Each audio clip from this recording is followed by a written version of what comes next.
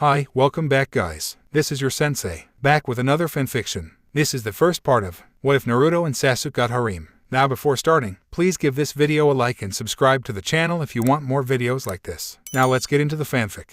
Are we dead? So it would seem. Naruto blinked. Or rather, he tried to blink and failed spectacularly. He no longer possessed the eyes to do so. Didn't have arms or legs either. He couldn't see, couldn't taste anything. His ever sense had been stripped away, and while his power, his chakra, yet remained, he found himself unable to access it, to do anything more than spin in the void. The sole sense that remained was his hearing, and even that was fading fast. At least he wasn't alone. He could take cold comfort in that. He would have gone mad if he was alone. I mean, really, are we dead? He tried to muster some semblance of confidence and failed utterly. It feels like we're dead. We won, didn't we, Sasuke? I believe so. A pause in the void. Ishiki's gone. We killed him. I saw his body crumble to dust. But we died. He felt the need to emphasize that. We're dead. We don't have bodies anymore. What are we, souls? He tried to move something and experienced only a nauseating sense of vertigo as everything spun. I can't see anything. Hell, I can barely hear your voice. Can't even tell if Kurama's still with me. Don't you me? Anger sparked in him as he raised his voice. Was that his voice? Or were these just his thoughts?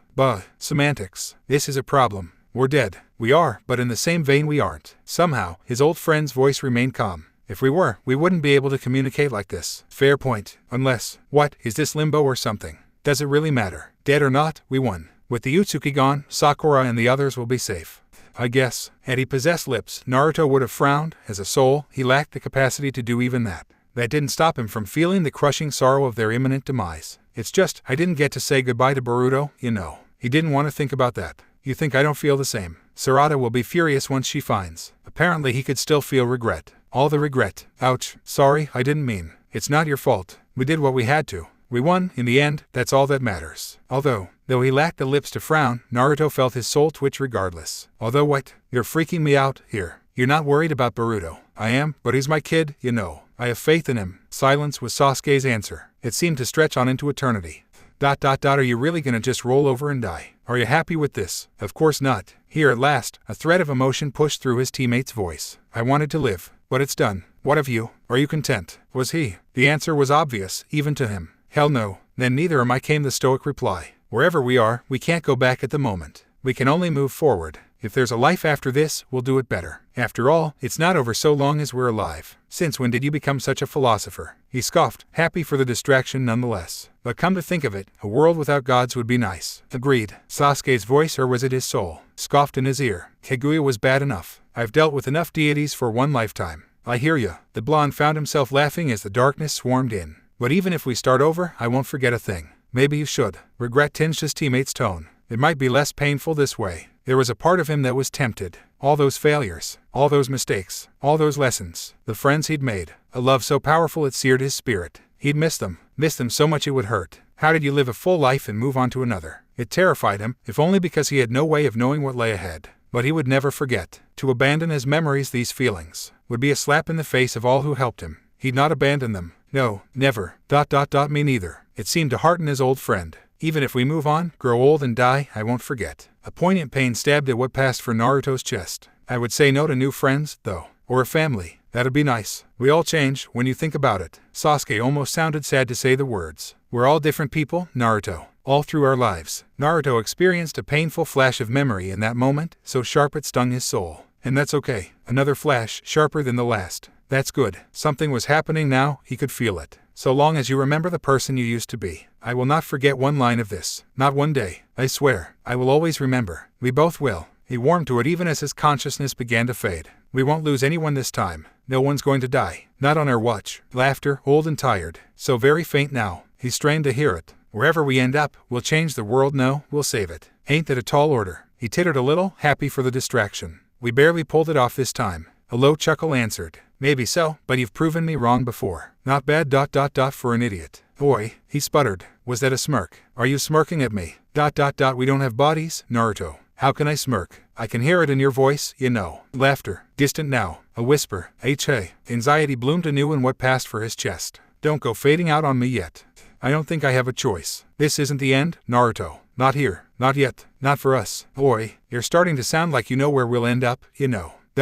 Call it a hunch. Fine, be cryptic. He stuck out his non-existent tongue. I hope you're reborn as some evil queen's kid. That'll show you. That was uncalled for. Sasuke took the jest in good spirit. Ironic, given it was all that remained of them. Just for that, I hope your father's a doddering old fool with more age than sense. Low blow. You started it, Naruto. I swear by the sage, if I wake up and I'm not blonde, I will end you. A lifetime ago, they would have fought to the death over such a remark. Now, both souls laughed. Why wouldn't they? They had nothing left to lose. Perhaps they both realized it, that even as one life was ending, another had just begun. Even so, they kept laughing, until they couldn't any longer. It's getting kinda strong to hear you, Sasuke. You as well. Light filled his vision. He winced. Guess this is it, then. See you on the other side, Naruto. Try not to die again before we reunite. His pride prickled at that remark. Just you wait. I'll be twice as strong. You'll see. I suppose I will. Sasuke.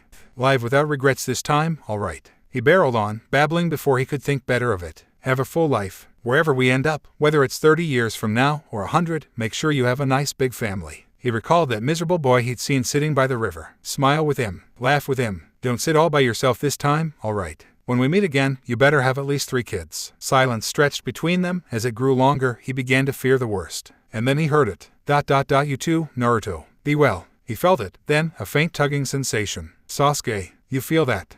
Silence reigned supreme. Alone, immovable. Naruto grimaced against it and hoped against hope. He called for Sasuke again. This time, no one answered. His voice, or what passed for it, echoed endlessly into oblivion. Words folded in on themselves. Just like that, he was alone. Here at last, grief crashed down on him. Here at last, he felt it. Fear, absence, loss. He raged against it all, the dying of the light. Damn it, it wasn't supposed to be this way. Not like this. His soul curled in on itself and he made a small, sad, miserable little noise. I don't want to go. He was still speaking when what remained of his world burst into blinding light.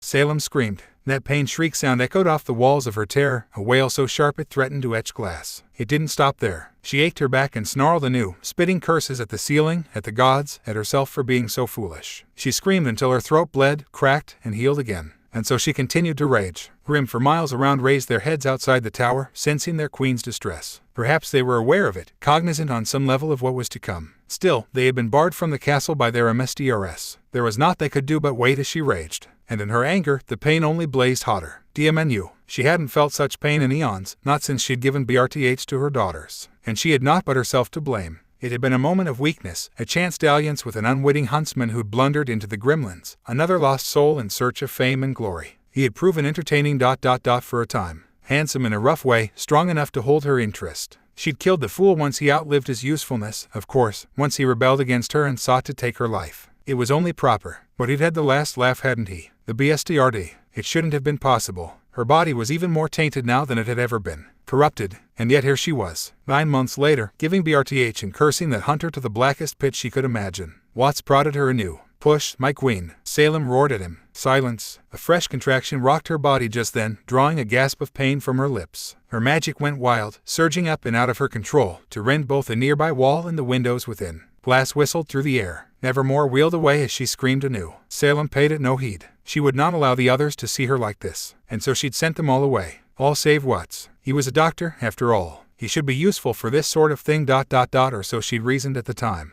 Hazel was too sentimental and Tyrion was well, Tyrion. When one was immortal, pain meant little. She could not die from this. Her curse wouldn't allow such. But it hurt. It hurt, it hurt, it hurt. Even now she felt herself tearing and healing, tearing again, only to heal anew. On and on it went, as it had been for the last 12 hours. It was agony unlike anything she'd ever experienced before. She'd endured torment unlike any other, but if this was childbirth in her current state, then never again. Push. With one final cry her prince came into the world. Her ear. A sharp, startled cry pierced the air, the gasp of a startled newborn dragged kicking and screaming into life. The umbilical cord quickly severed. Watts then swaddled the little one and pushed it into her arms with brisk dispatch. He was nothing if not efficient. But he'd served his purpose. Out. She all but spat the word. No. Arthur knew better than to question. Like a good minion he obeyed, not one to risk her wrath. Good. He knew his place. Salem barely paid him any heed. She sank back onto her pillows, chest heaving, brow SLC-ked with sweat. As ever, the god's infernal curse worked quickly to mend the damage, but it could do nothing for her stamina. Well, her mind supplied less than helpfully. Congratulations. You're a mother again.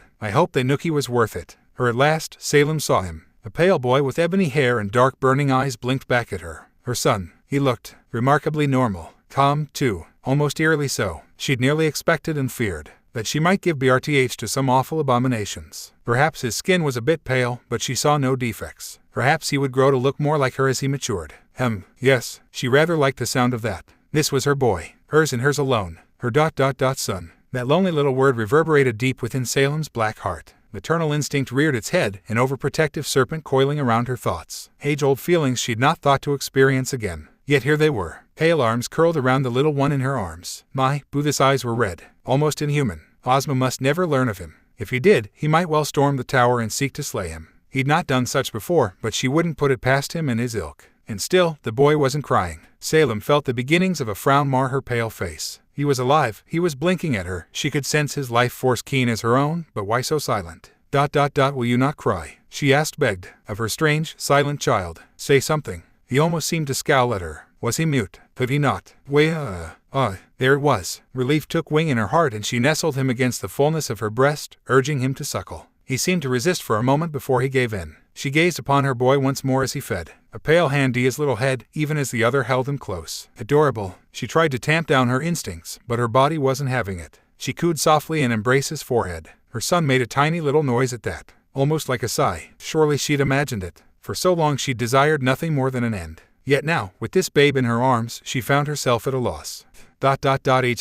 World domination and or destruction could come later. For now, she would cherish this moment. She looked at him and he looked back with those squinted eyes of his. He recognized her. Was that a spark of comprehension in his gaze? Nay, it couldn't be. But was he not of her BLD? Surely his would grow to be a cunning mind in time. He would want for nothing, be tutored by the finest minds she could find. If he required friends, they would be brought to him. And if Watts, Hazel, or Tyrion erred in any of these sacred duties, if they upset it well, she could always find new minions. But what to name him? She'd never given it thought until now, not even deigned to consider it. In the end, one came to Salem, almost as if someone had whispered into her ear. Hello, little Sasuke. That at least seemed to please him. Salem exhaled softly and held her son close. None will harm you, she swore softly to herself. You will lack for nothing in this world. It will all be yours. I swear on my blackened soul. Push, Glinda. A moment of weakness had come back to bite Ozpin. Perhaps bite wasn't quite the right word. It was gnawing on him, taking sheer strips out of his heart. In hindsight, it had been foolish succumbing to drink as they had on that day, 9 months ago, but there had been ample reason to celebrate at the time. A maiden secured, Salem thwarted for yet another year, students graduating. Really? Why not break out the liquor? What could possibly happen between colleagues? Only everything. A simple night of passion escalated into so much more. Who could have foreseen it? One thing had led to another and well, he was many things, but a widower he was not. He'd not given much thought to children for so many years, let alone fathering one. Yet here he was. Now he winced as the blonde woman before him gasped in pain, her pride broken at last, voice rising in a sharp cry. Her hand bit down on his wrist. Not a cry, a snarl. Her green eyes met his, sharp and angry. Oh dear, that really was a solid grip she had on his arm. He could feel his bones crumbling. He'd need a cast after this. James would never let him live this down, assuming he survived the next hour. Ouch, there went another bone. The next 5 minutes were looking dicey indeed. You did this to me. Oh gods, he could feel the nurses glaring. To be fair, he gulped, that was not my intent at the time. Ugh. A poor choice of words perhaps, but it gave her the strength or anger to push through. With one final heave, he heard a nurse exclaim the good news. It's a boy. Why was it so silent? The child didn't make a sound. One of nurses cut the cord and swept him away. Dread seized Ozpin's heart in a furious fist as Glinda slumped back to the bed. He feared the worst, a stillbirth. Panic reared its head as he noted Glinda's waxy complexion. No, the gods could not be that cruel. She was strong, perhaps the strongest huntress in a generation, but at this moment she was perilously weak. And that was a great deal of BLD. Ozpin, let me see him. Her voice was a hoarse whisper. Let me see my son. Not a single nurse would look at him. Ozpin frowned. No, not this time. With speed that bellowed his age, he reached over and plucked the boy back. A nurse squawked at him, but he paid her little heed. His fingers brushed the baby's chest and found the malady. There, fluid in his lungs. Easily remedied, even with what little magic he possessed. Bolstering his life force was easy. Effortless, even. It might even making the lad stronger in the coming days. Thrice as quickly, he reached over and weaved a thread of magic into Glinda. Just a bit. Just a touch, enough to spark her flagging aura and speed her healing, because any moment now. Sure enough, a why cry pierced the air. Glinda surged upright with a gasp, expression needy. With a patience born of eternity, Ozpin delivered Glinda's child into her waiting arms. She made a pleased noise and held him close to her breasts. The nurses could tut all they liked, and although there would doubtlessly be questions for this later, he would endure as he always had. A son. How long had it been since he'd had any family of his own? Look at him. He heard Glinda coo softly. He's perfect. Was he? Ozpin couldn't rightly say. It had been at least 2 centuries since he'd tried to rear a family. Perhaps he was out of practice. Still, he felt some manner of father pride at the sight. He'd made more mistakes than any man, woman, or child alive, but surely this was a good thing. They'd done this. They'd brought new life into the world, one that would never have existed otherwise. Perhaps in time this boy would yet grow up and have sons and daughters of his own. Grandchildren. Yes, that sounded rather nice. Great-grandchildren even more so, perhaps even great-great-great-grandchildren. The idea of so many descendants, a bloodline continuing long into the hereafter ... It warmed his old soul.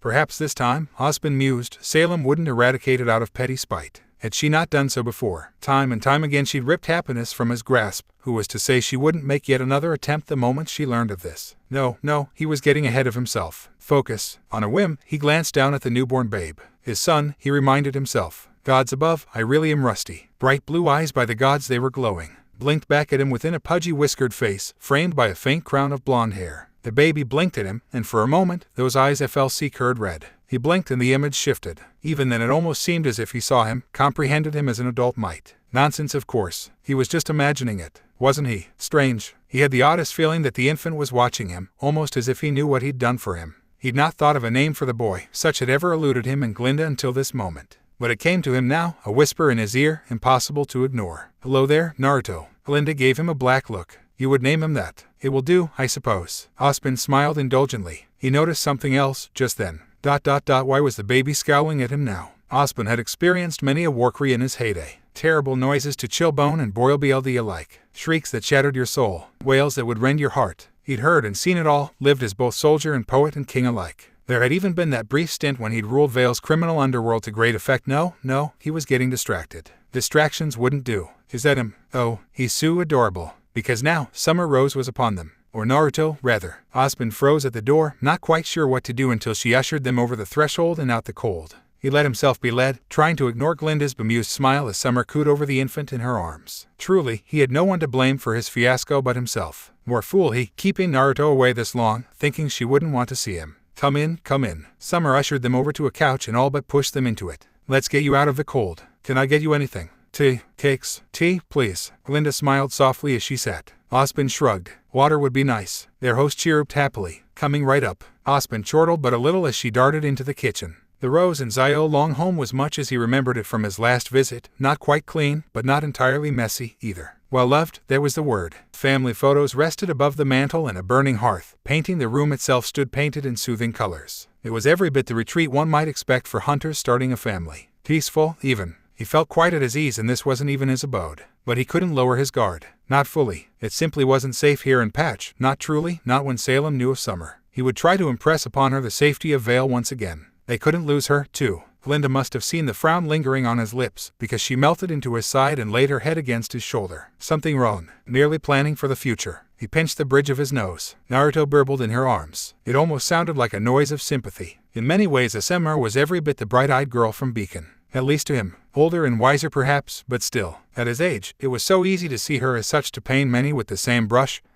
But in truth, that was his own doing. Glinda had stood out in that regard. She was vital, indispensable, quite possibly the second great love of his life. In many ways she reminded him of Salem, and didn't that just make him wince a little? But sterner, more willing to fight for what was hers ... and eviscerate anyone who dared harm them. Summer returned with a tray, setting it down just a little too quickly. Sue, she began, apropos of nothing. Miss Rose. Nope. Let me see. Her silver eyes almost seemed to glow with wild light as she peered down at the baffled babe nestled in Glinda's arms. How old is he? What's his name? Can I hold him? The questions flew free and fast, such that the immortal had no defense. Oh my gods, he is just Suru. Her words peaked into a yelp as Glinda grabbed her with her semblance, spun her about, and danged her upside down. She held her weapon out at the lively girl. Summer, a squeak as she struggled with her skirt. Yeah, she batted her nose. Calm down. I'm sorry. Ozpin flickered a glance to the stairs as Glinda righted her. Is Taeyong not in? Here at last, Summer winced and looked away. He's ... on a mission. Glinda jabbed him with an elbow.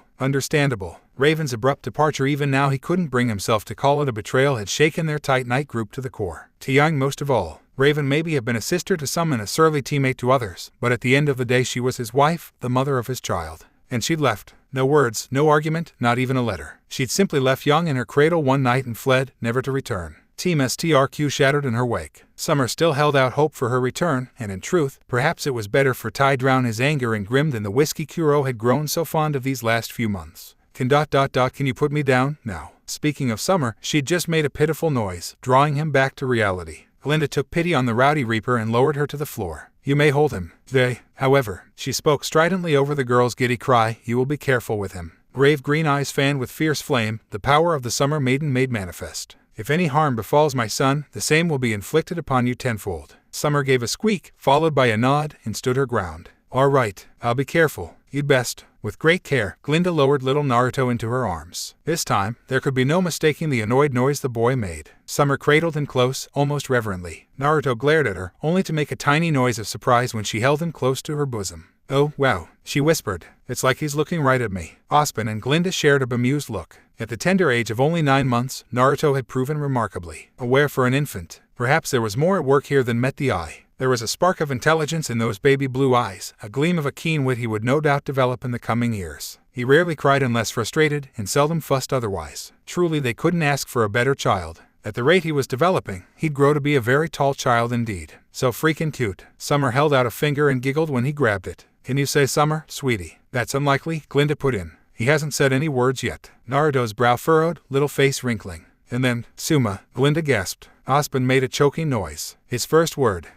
Summer Rose absolutely squealed. Oh my gosh, you did it. Who's a good boy? Cease that drivel at once. Glinda looked like she'd been shot. He's not a dog. Summer paid her no mind. That's right, darling boy. I'm your auntie. Glinda grumbled. That's hardly fair. As though spurred by those words, Naruto began to wriggle in Summer's arms. The silver-eyed warrior hummed and pivoted, pressing him as one might a national treasure. Ozpin didn't miss the smile on her face. Come what may, she'd hold this moment over Glinda's head for the rest of her days. Oh, gods, she'd be insufferable. Your son, lady. Glinda took Naruto back just a little too quickly, Ozpin felt. Poor dear. She didn't feel threatened, not Glinda, never Glinda, but she didn't look much pleased by this development either. She'd ever been the competitive sort even back in Beacon. Naruto patted her arm with a pudgy hand, almost as if he were soothing her. Ozpin had a wild premonition of the next 3 seconds. He was proven right a heartbeat later. Because Naruto, little Naruto, all of 9 months old, looked up at Glinda and smiled as only an infant could. Ma, Glinda swooned, a faint. Well, I suppose that's not so bad. Ozpin felt those little blue eyes swivel toward him next. Duh, even he couldn't quite tamp down the little flash of pride he felt. The little scamp knew what he was doing. He must, unless, surely it was a coincidence. He wasn't even a year old, yet he seemed adroitly aware of everything they said and did, almost as if he were. A faint, reedy cry came from the back of the room, cutting his thoughts short. An altogether unmanly yelp raced hot on its heels. He knew that voice. Summer. Indeed, it sounded like an exhausted Kuro. A little help here. Oh, Summer perked up. Young's finally awake. I'll be right back. She shot up the stairs in a swirl of white silk and returned thrice as quickly, cradling an infant of her own. Ozpin spied a shock of blonde hair and angry lilac eyes as the babe before the babe began squalling again. The daughter of Raven and Taeyong. Seemed she'd inherited the latter's lungs and then some. There, Summer cooed, rocking the babe in her arms to and fro. You're all right now. Mommy's here. Sorry about this. Silver eyes flitted upward with a rueful smile. Young's had a bit of a cold these last few days. Kuro staggered down the steps after them, looking positively haggard. Hey, Oz. Didn't know you were coming today. Bleary BLD red eyes locked onto Naruto.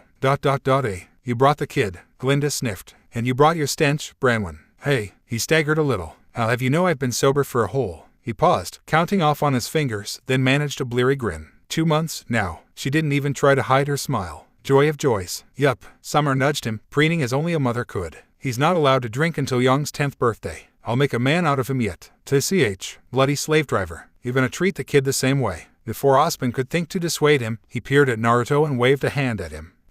Hopefully he's nothing like his mother. Blue eyes fixed on the wiggling fingers before his face. Maybe he'll grow up to be a little scamp. He didn't see those eyes narrow. Look at him. He likes me. Kuro, I wouldn't. Naruto reared up and bit his ring finger. The huntsman recoiled with a hiss. Aorg, right through my aura. Why you little? Glinda tilted her head just so. Green eyes burned with balefire. Maiden fire. Harm my son, and I will harm you. Are we clear?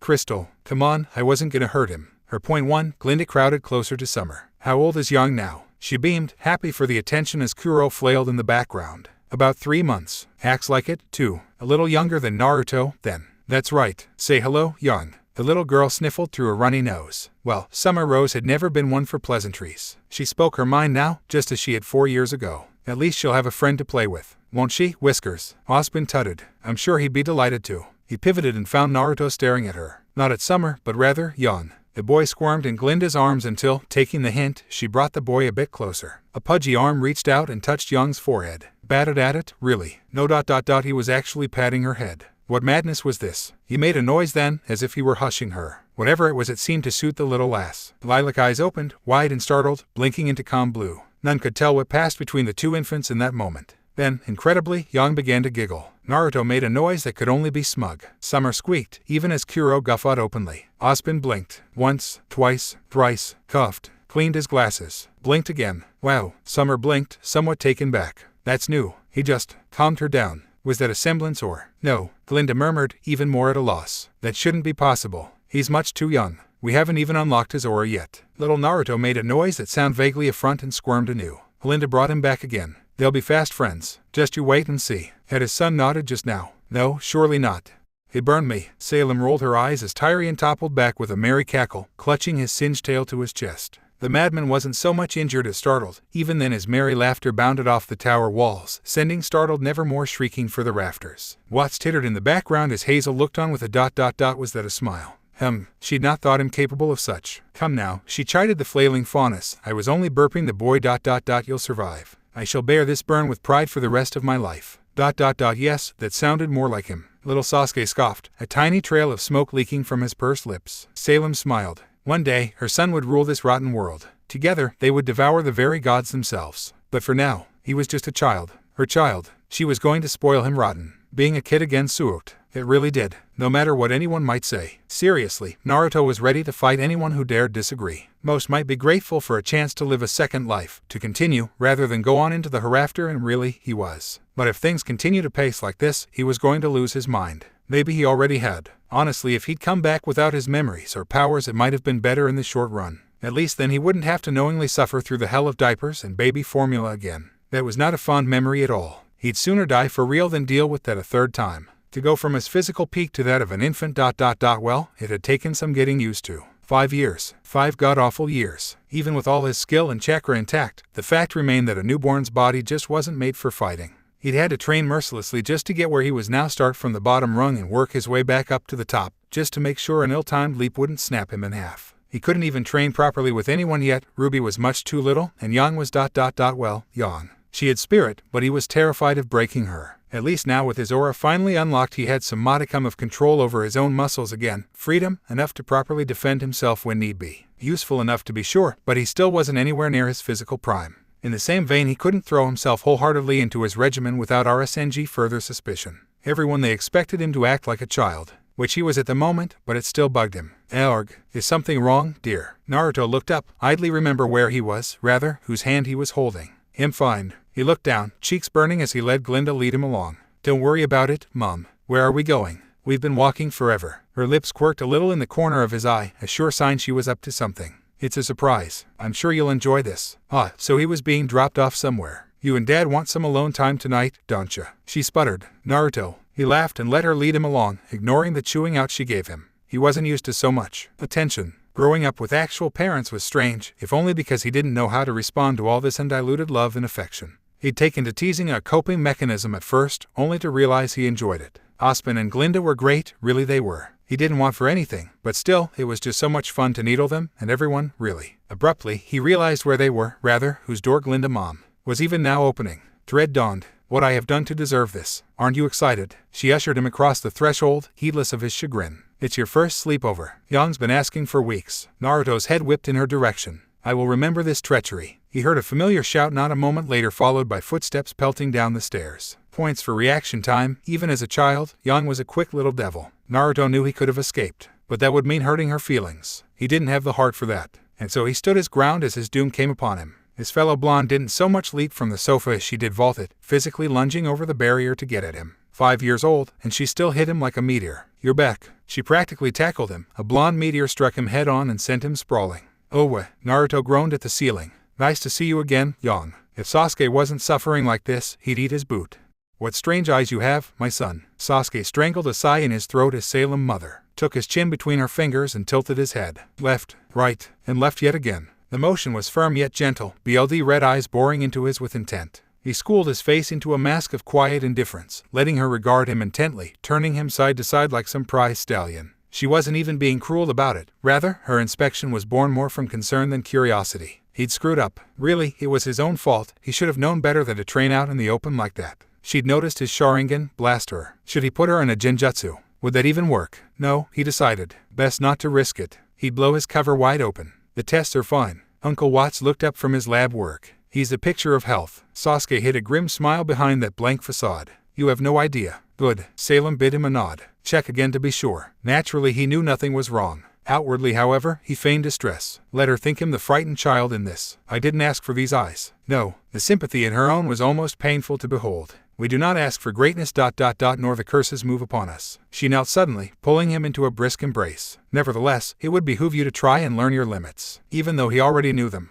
But enough of work and worries for now. She drew herself up with a smile, one that instantly set his nerves on edge. I've brought you a gift. Sasuke's brow drew down. Salem's gifts were ever a toss-up. Sometimes they were good, at other times they were ... odd. Not quite Tyrian levels of odd, but strange still. Almost as if she'd been a mother long ago, and yet forgotten what it felt like. He'd give her credit for trying if nothing else. Not another Grim, I hope. Come now, she tutted. I thought you enjoyed your pet nevermore. I do. He grimaced. Less so the fact that she repeats everything I say. Perhaps I made Ebony a bit too clever then. You think? Worry not. This one isn't a Grim. Her smile was telling. You mentioned you were lonely last week. No. Had he said that? He didn't remember. Yes, which is why I've brought you a playmate. Yup, bad gift. Craning her neck, Salem spared a long lingering look to the great door behind her. Tyrian, bring the girl in. Right on cue, the door swept open and his faunus uncle sauntered in, ushering a young girl before him with both hands. Frightened golden eyes met his, framed by a messy tangle of dark hair. Clad in little more than dirty rags, she looked like she'd been plucked straight off the street ... or worse. This is Cinder. Salem swept an arm before her, drawing a flinch from her ward. She's a bit older than you, but age is just a number after all. A bewitching gaze settled upon her. Say hello, Cinder. The girl flinched and bowed stiffly. Hello, what's this? Salem scowled.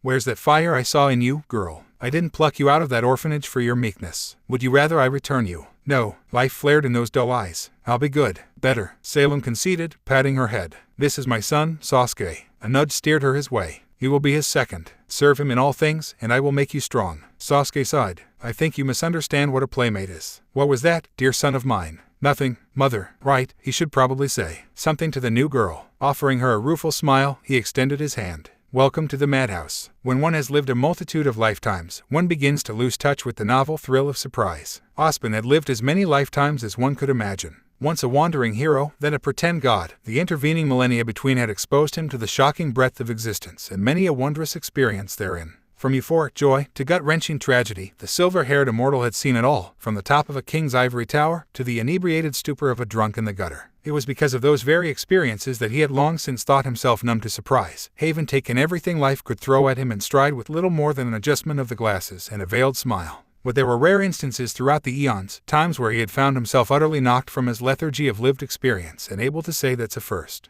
Such examples ranged from horrified reaction to his own grisly demise at being hung, drawn, and quartered at the hands of Grim, or the bemused self-discovery from the one instance he had reincarnated into a woman some 400 years prior. So it was with some surprise in this, his latest and most modern attempt at life, that he found himself flabbergasted by a simple fact. His son could fight. Yes, came as something of a shock to Ozpin, more so the fist in his gut, the clenched knuckles currently grinding against his ribs. He doubled over with a cough, spittle flying from his lips. Sorry about that. A chipper voice chirped in his ear. I just couldn't help myself. Getting over his surprise as fast as he could, the many times reborn professor rolled with the punch, letting it carry him away from the precocious 7-year-old in a vain attempt to gain some distance. The boy didn't pursue. He simply stood there, fist still extended, wearing that small smile of his skidding to a stop. The older of the pair felt his aura spark around his solar plexus before tightening up, mentally affirming that despite the fact that the foe before him, both his son and a child, had one hell of a right hook. Ozpin had discarded his scholarly fatigues for this exercise in favor of a loose pair of dark green jogging and a black t-shirt, displaying his lithe form that was usually hidden from view.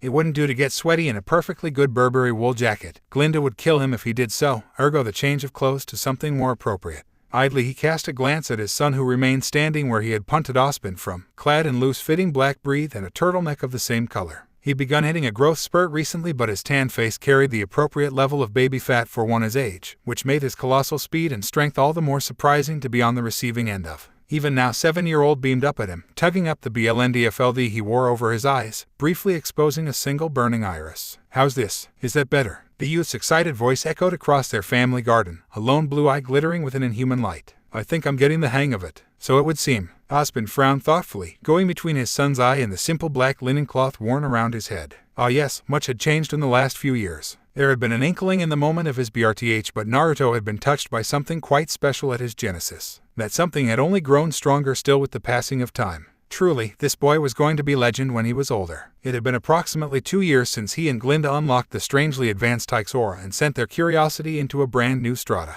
But for him to progress so quickly, ... You've been practicing with your mother again, haven't you? The boy clasped both hands behind his head.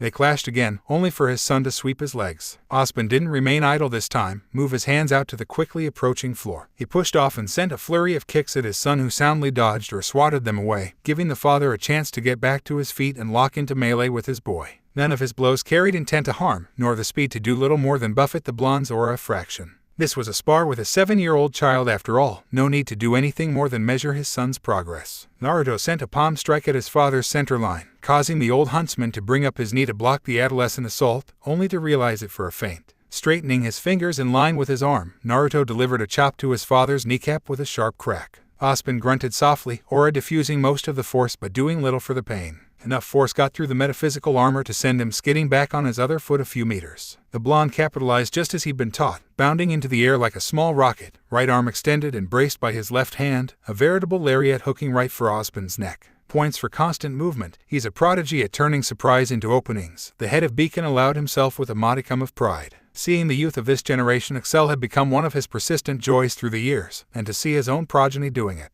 Marvelous. In a show of surprising flexibility, Ozpin kicked out his raised knee in a snap bicycle kick just as Naruto came within 2 feet of him. The sole of his foot planted itself into the child's aura-guarded form and sent him arcing harmlessly over Ozpin's head. Looking up, the headmaster beheld a sunny grin on his son's face as inertia carried him through the air parallel to him, a grin that he met with a small smile of his own. No sooner had they both touched back to the floor than they sprang back into the fray, father and son lost in the crucible of sparring. 20 minutes later, Ozpin finally called a break. Naruto gave a disappointed pout but plopped down on the grass next to his father, painting only a little. His son slipped a finger under his BLNDFLD to scratch at his nose, then tugged it down to grin at him. Still taking some time getting used to this thing, he commented in a chipper voice. Ozpin quirked a brow. You seem to have fine enough awareness on the training field, he said, wondering if perhaps the cloth was too thick and obscured his son's vision. Shaking his head, Naruto waved his hands in placation. Yeah, I can see just fine, just kinda odd is all. Having something soft pushed up against your eyes all the time, feels odd, you know. True, Ozpin hummed in assent. I can't say I've ever had to fight BLNDFLD, not in this life, at least. Though owing to the fact that you can see perfectly well, I think the blind is a bit of a misnomer, no. He pushed his glasses up his nose, making them glint, a small smile tugging at his lips. Naruto grumbled at the attempted pun, but Ozpin remained focused on the BLNDFLD.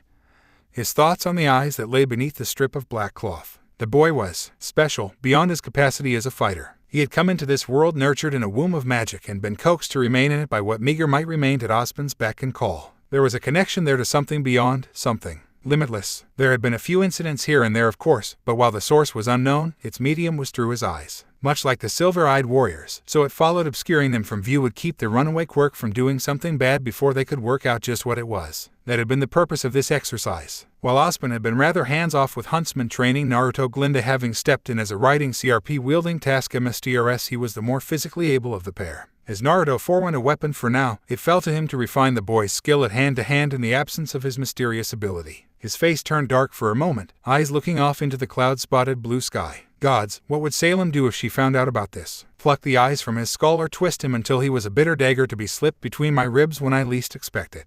Ozpin sighed, shoulders slumping and showing his age. No, he would not let that happen. Naruto wasn't his first child, probably wouldn't be his last either, but he would not let him come to harm. Oi, Remnant to Pops, he's still with me. Naruto waved his hand in front of his father to get his attention. The irony of a BLNDFLD youth doing so wasn't lost on his father. Must be some pretty heavy thinking that's got you spacing out. He had no idea. Ozpin snorted at his son's comment and turning to face him, this little light he'd brought into the world. You have so much potential, my son, both in fields that I know and ones that I can't begin to comprehend, he said softly. A beat passed between them before the white-haired man reached out to run his finger along the soft linen of Naruto's BLNDFLD. Is it so wrong of me to want moments like these to last a little longer instead of a future I cannot foresee? He asked rhetorically, memories of so many miserable ends whispering that this time would be no different, that he'd eventually have to bury his loved ones as he had done so many times before. Tilting his head, Naruto regarded his father with a neutral expression, one that seemed alien on his young face and strangely disquieting,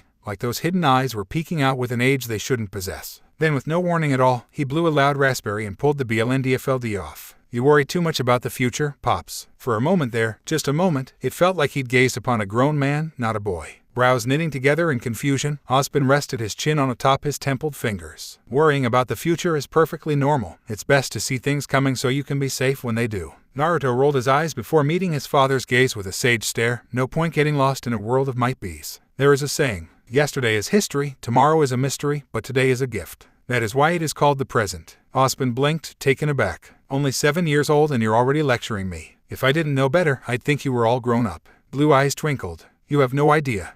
You're back. Let's fight. Much to Naruto's chagrin, Young exclaimed these words the very moment the door to Summer's patch house cracked open. Indeed, the little blonde girl thundered out onto the porch to meet him while Summer welcomed Glinda into the house with warmth, a surprisingly common occurrence as he had gotten older. Never mind that. Golden missile incoming. What is with you and fighting? Naruto squawked, backpedaling away from the lilac-eyed lass advancing on him. He didn't miss the way her hands twitched in excitement, spoiling to get into a scrap with him. You a battle junkie or something? Eager or not, she was still younger than him, and easily dodged. His hopes of escape were dashed when he felt the soft but firm hand of his mother settle on his back. Rather than pull him aside, Glinda gently guided him into the waiting arms of the blonde missile. He didn't even have time to yelp before the little berserker hauled him inside with all the suddenness of a viper. Glinda and Summer shared an unspoken conversation as Naruto was dragged into the lion's den, the silver-eyed woman slowly pulling a gold-marked box of tea from the confines of her cloak and presenting them to Glinda. The statuesque huntress' eyes widened, recognizing the brand before smiling softly, drawing a squeak of triumph from Summer as the door was closed behind the good witch. For the past few years since they'd originally introduced her and Ozpin's son to the Rose-Long family, it had become something a routine for Glinda and Naruto to embark on a bullhead once every few weeks and take a flight to Patch to have playdates with Yang and Ruby while Summer and occasionally Kuro entertained the Summer Maiden. It had taken a long time, but eventually Summer's borderline quixotic optimism had chipped away at the formal shell of Glinda to make her willing to socialist with the young mother. Of course, it helped that 2 years ago she returned to part-time teaching at Beacon and had someone outside of the academic system to blow off steam with. It also provided Naruto with a friend near his age, which both parents thought he was surprisingly lacking in despite how social the child tended to be. Sitting down at the table in the kitchen, Glinda let out a pleased sigh at the warm air and aromatic scent of tea wafting from the teapot Summer was fussing over. After a week of drinking coffee, he began to crave something a little softer. A few minutes later and Summer pushed a steaming cup of jasmine tea into Glinda's hands, drawing an appreciative coo from the older woman as she set about slaking her thirst. Thank you, you have no idea how annoying school bureaucracy is. Summer bobbed her head in acceptance of the comment while pouring her own cup, a freshly baked cookie waiting on the saucer. You'd be surprised, Kuro managed to get a job as an instructor at Signal last week, and the only thing he's done since getting in is complain about budget and health and safety regulations. Glinda's nearly spilled her tea as she coughed in surprise. He managed to pass the drugs test. I was sure his BLD alcohol content would take all of Vacuo to dry out. Heh, Summer preened like her namesake. What can I say? Every time he so much looked at a bottle of hooch, I made sure to stamp on his foot. He even started wearing steel toe caps, but perseverance has its peaks. He'll be a year dry this June, she said, pumping her fist in accomplishment. It was clear to Glinda that Summer was as happy in herself for Kuro's sobriety as she was in him. And just how strings did Tai Young have to pull to get the board to let Kuro teach? She asked with a raised eyebrow. Summer's sheepish smile confirmed her suspicion. It was a thought that rang sour in Glinda's mind, because as much as Kuro's surly nature grated on her, and his semblance was something that she wouldn't trust with a child near to hand, a lot of the flack he received was due to his surname. The name Branwen still ran synonymous with banditry for many organizations, and seeing that Kuro hadn't been able to get a job on his own merit wasn't right for her. Kuro is a huntsman, and a DMN good one. He's long since earned being judged without prejudice for the actions of his sister. No thinking of Raven. She'd turn her tea bitter. Glinda sipped it to silence herself before continuing. Our current woes are less practical and more political, something that should have no bearing on how a school is run. What? Summer scoffed. Are they pushing to scale back hunter training in favor of Ironwood's metal men? Her words drew a low laugh from Glinda. Summer always knew how to make her smile. No, she shook her head. That would be a halfway sensible, if idiotic argument. This is about dust. Her fingers drummed against the table. Vale's ruling council is putting pressure on Ozpin to strengthen ties with Atlas, specifically the Schnee Dust Company. Neat. Which is why we've been talked into attending dinner at Jack Schnee's Vale holiday home in a few weeks' time, a prospect that is about as appealing to me as SCK starting a bullhead. VFFT. Summer tittered for a moment, blindsided by the usually austere woman's candid language, until she saw Glinda's glare. From there, her humor died an ugly death. Yeah, that doesn't seem like a fun affair if any of the rumors about his personality are true. She leaned in, one hand to her cheek in a stage whisper. I hear he dyes his hair and mustache to fit in with the rest of the family, if you know what I mean. She'd hit the Beowulf between the eyes with that one. It's true, all right. Smirking at the younger mother's words, Glinda leaned in towards her and rested her elbow on the cherrywood table, her voice low but full of a smoldering contempt. I've only met him a handful of times, but the bloody prat has a personality akin to ground glass. He's vain, self-centered, a bigot, and he drove one of the brightest young women of her generation to become a reclusive drunk. Her hand slowly tightened into fists until she caught her reflection in Summer's silver eyes, the nearest hint of green fire leaking from her own. Oh, dear. Summer watched as she took a calming breath. She could see the question in her silver eyes, the burning need to pry ... but she held herself back. She appreciated that. Is it just Mr. Dye Job Walrus Mustache attending? Summer asked, refilling Glinda's teacup. No, he's bringing his eldest daughter with him, Winter, and we're expected to do the same, Glinda answered, a particularly potent venom on the word expected. From what I hear, she's about 4 years older than Naruto with a good head on her shoulders. She's apparently also being fast-tracked to Atlas Academy on James's recommendation, so maybe the apple fell several kilometers from the tree. Yeah, and hey, maybe she and Naruto will hit it off well. After all, my nephew has always been a bit advanced compared to most kids his age, Summer suggested, giving Glinda a cheesy thumbs up, stars practically sparkling in her eyes.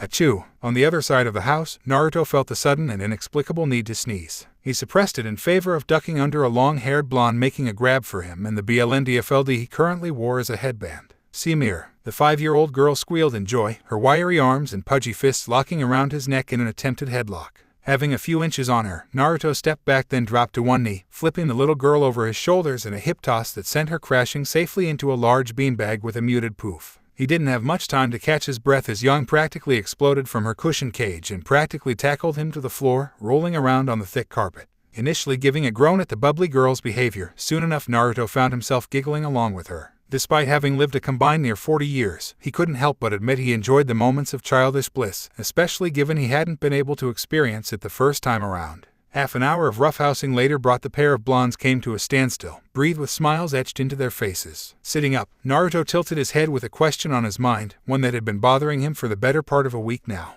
He chose his word with measured care, knowing that he was speaking with a 5-year-old girl. Hey, Young, he asked. Yeah, Whiskers. Why are you always wanting to fight me whenever I show up? Naruto took a seat on the beanbag as he spoke, watching Young's face. Sure enough, her smile dimmed a little, the joy in her lilac eyes dulling. She giggled, don't you know? Patch is boring. Your visits are the only fun parts. Liar.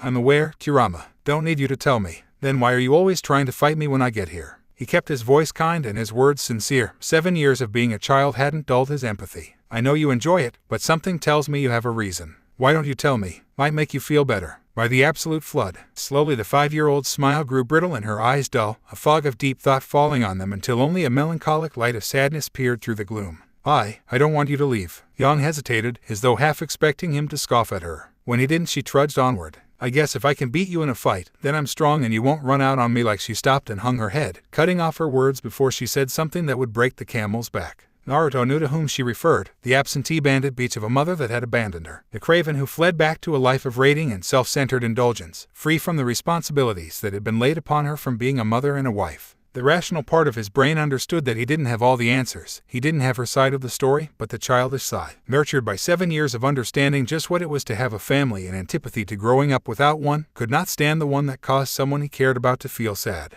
Naruto pushed himself up from the beanbag he was sat in and padded across the room towards the despondent Yang. She didn't budge, too lost in her own thoughts. Or so she seemed, until he slowly brought her into a friendly hug. Yang's eyes widened and he felt her body stiffen, a far cry from the usually bombastic hellion she projected. What are you doing? She whispered as he began to rub circles into her back. Showing you that I'm not going anywhere, Yang, he said, his smile positively beaming and hoping that it would allay the worst of Yang's childish fears, for when a seed of doubt was planted Yang it could take an eternity to pluck like a weed. It turned out to be just what Yang needed to hear. She melted into the warm embrace and returned it, a contented smile on her face. Naruto was about to pull away when he caught something on the edge of his senses, a twinge of derision mingling with the caustic tang of disgust. Decidedly adult feelings that punctuated the otherwise serene moment like a brick through a plate glass window. He looked toward the window and scanned the vista before him with keen blue eyes, shadowed by his BLNDFLD until finally they settled on a distant smudge of black, a coal-black creature of carrion, its beady red eyes glinting in the sun. Hey, Raven. Summer and Glinda weren't anywhere near here. The bird was the only creature nearby. Naruto hummed in thought and gave his friend an apologetic look. Can you go check up on Ruby, young? I'll be right back. Such weakness. Raven scoffed at it from her hiding place. Well, perhaps hiding place was subjective in this instance. Technically she hid in plain view, but given she was currently wearing her avian form, she supposed the most accurate phrasing would be hiding in plain sight. The banditry Branwen was perched high upon the branches of an oak, her form indistinguishable from the many hundreds of other birds that chose the forests of Patch as their roost. And yet many of them gave her a wide berth, aware on some instinctual level that she was not one of their own. It didn't bother her, they were content in their weakness while she was strong, something that she could not say about her daughter whom she had been observing since the sun rose. She couldn't quite put her finger on why she had chosen to partake in these sparse visits to watch her daughter. There were a number of possibilities, none of which stood out to her as the core reason. Nor did their gestalt motivate her to action, yet here she perched, watching the little girl fool around with Ozpin's spawn like there was nothing wrong in the world. Though she lacked the proper face to scowl at the moment, she settled for any clack of her beak and hopped closer. It was part of her nature as a tribal leader that despised weakness, but Yang was of her BLD and therefore of the tribe. Thus it was her duty to keep watch should her child ever longing to throw off the shackles of this putrid civility for her birthright, to travel and take what she pleased. And in that capacity she was incredibly disappointed. Sure, the 5-year-old was strong for her age, but she had been coddled, tainted by Tai and Summer's notions of love and family. It made good for a sappy book or vid perhaps, but in reality it just made you vulnerable, so it galled her to see Yang take to it like fish to water. It also begged the question of why she did not pluck the child away and spirit her away to the tribe for a proper upbringing. Again, several reasons presented themselves, with the most prominent being the black and red-haired mother currently enjoying tea with Ozpin's lady. As much as I hate to admit it, Summer is stronger than me. If I acted, then she would come for Yang. Her idiot brother also came to mind, and even her spineless wimp of a former lover. If push came to shove, they would find her and they would break her. To say nothing of Ozpin and Glinda herself. Flapping her wings lightly, she returned her eyes to the garden, spotting Yang through the window with Naruto nowhere to be seen. Her avian brow furrowed in confusion. Where had he squawk? Raven had no warning. One moment she was perched on an oaken branch with eyes locked onto her daughter. One that disappointed her, and the next she felt the pressure locking around her like a vice, pinning her wings to her corvid form before she had a scant moment to transform. Blinking rapidly, she looked up and saw a shadow looming over her. It took her a moment before she could register features, her eyes eventually picking out spiky blonde hair and whiskered cheeks set in a mirthless smile. "Cuh," she croaked, the call half strangled under the cruising weight of firm hands locked around her little avian body. She was frozen in place both by the hold and the feeling of looming dread that rolled off the boy in waves. She was attuned to magic, enough to even now sense Glinda and the reason she chose to remain a bird. But this child. His eyes. By the brother gods, what's wrong with his eyes? Raven mentally thundered, her own red orbs looking up into the endlessly cycling blue reflective fractals that swam in Naruto's irises. The longer she gazed upon them, the more she sensed that there was something much older and much bigger than her peering out at her through the eyes of this child. Stranger still, the brat's feet were stuck to the trunk of the tree at an impossible angle, which had allowed him to grab her in the first place. He seemingly took a moment to savor her avian confusion before speaking. Strange, didn't know ravens called Patch home. Gulp. Imagine my surprise when I found one squatting like it owned the place. He continued with a pleasant hum, his voice holding a perversely dark glint, abjectly adult despite his childish body. Don't try to escape now. I know what you are. More importantly, I know who you are. Thankfully, I don't know why you did what you did. That's the only reason I'm not currently breaking your wings. Raven remained silent, more than capable of voice her displeasure as a bird, yet wisely choosing to let the scary boy say his piece lest she find herself roasted over a spit. I'm only going to tell you this once. Ozpin's spawn leaned in, eyes blazing like blue balefire. My friend needs answers and you're going to give him. Get your butt in there. She needn't ask to know what he meant. Right now, this is your chance. Don't run away again. Don't hide. His fingers bit down on her ribs, drawing an agonized squawk from her as he threatened to crush her tiny form in his hands. Yang needs you. She's terrified of losing people. Because of you. Because she knows you left her to fend for herself. Panic lanced through her and she slashed out with her beak, drawing BLD from his hand. Ozpin's brat reacted instantly, dropping her unceremoniously back onto the tree branch. She hopped twice before flapping her wings to get the feeling back into them. In an instant she regained her human form. Her hand flew to Omen's hilt, fingers wrapping round its grip. Who the hell do you think you are?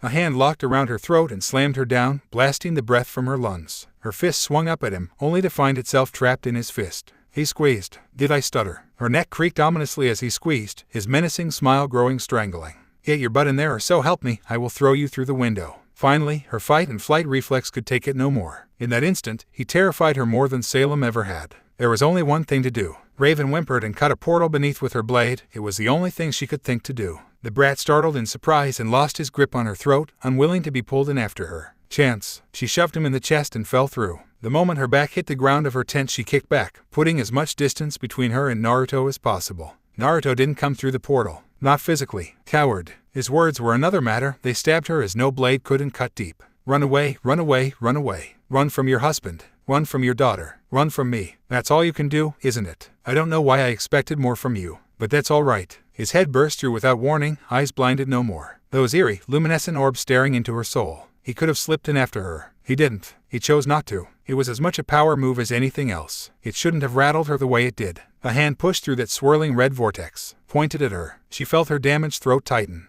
I've marked you. There's no escaping now. Raven caught sight of herself in Omen's crimson surface. There was something on her throat. A tattoo. No, she didn't have one there. 1 year. Her head snapped up. What? Didn't you hear me? He still wore that strange smile of his, but it didn't reach his eyes. I'm giving you a reprieve. You have 365 days to pluck up your courage and make amends with Yang. If you don't well, that seal will finish what I started. She scrubbed at her throat furiously, to no avail. The ink had already dried.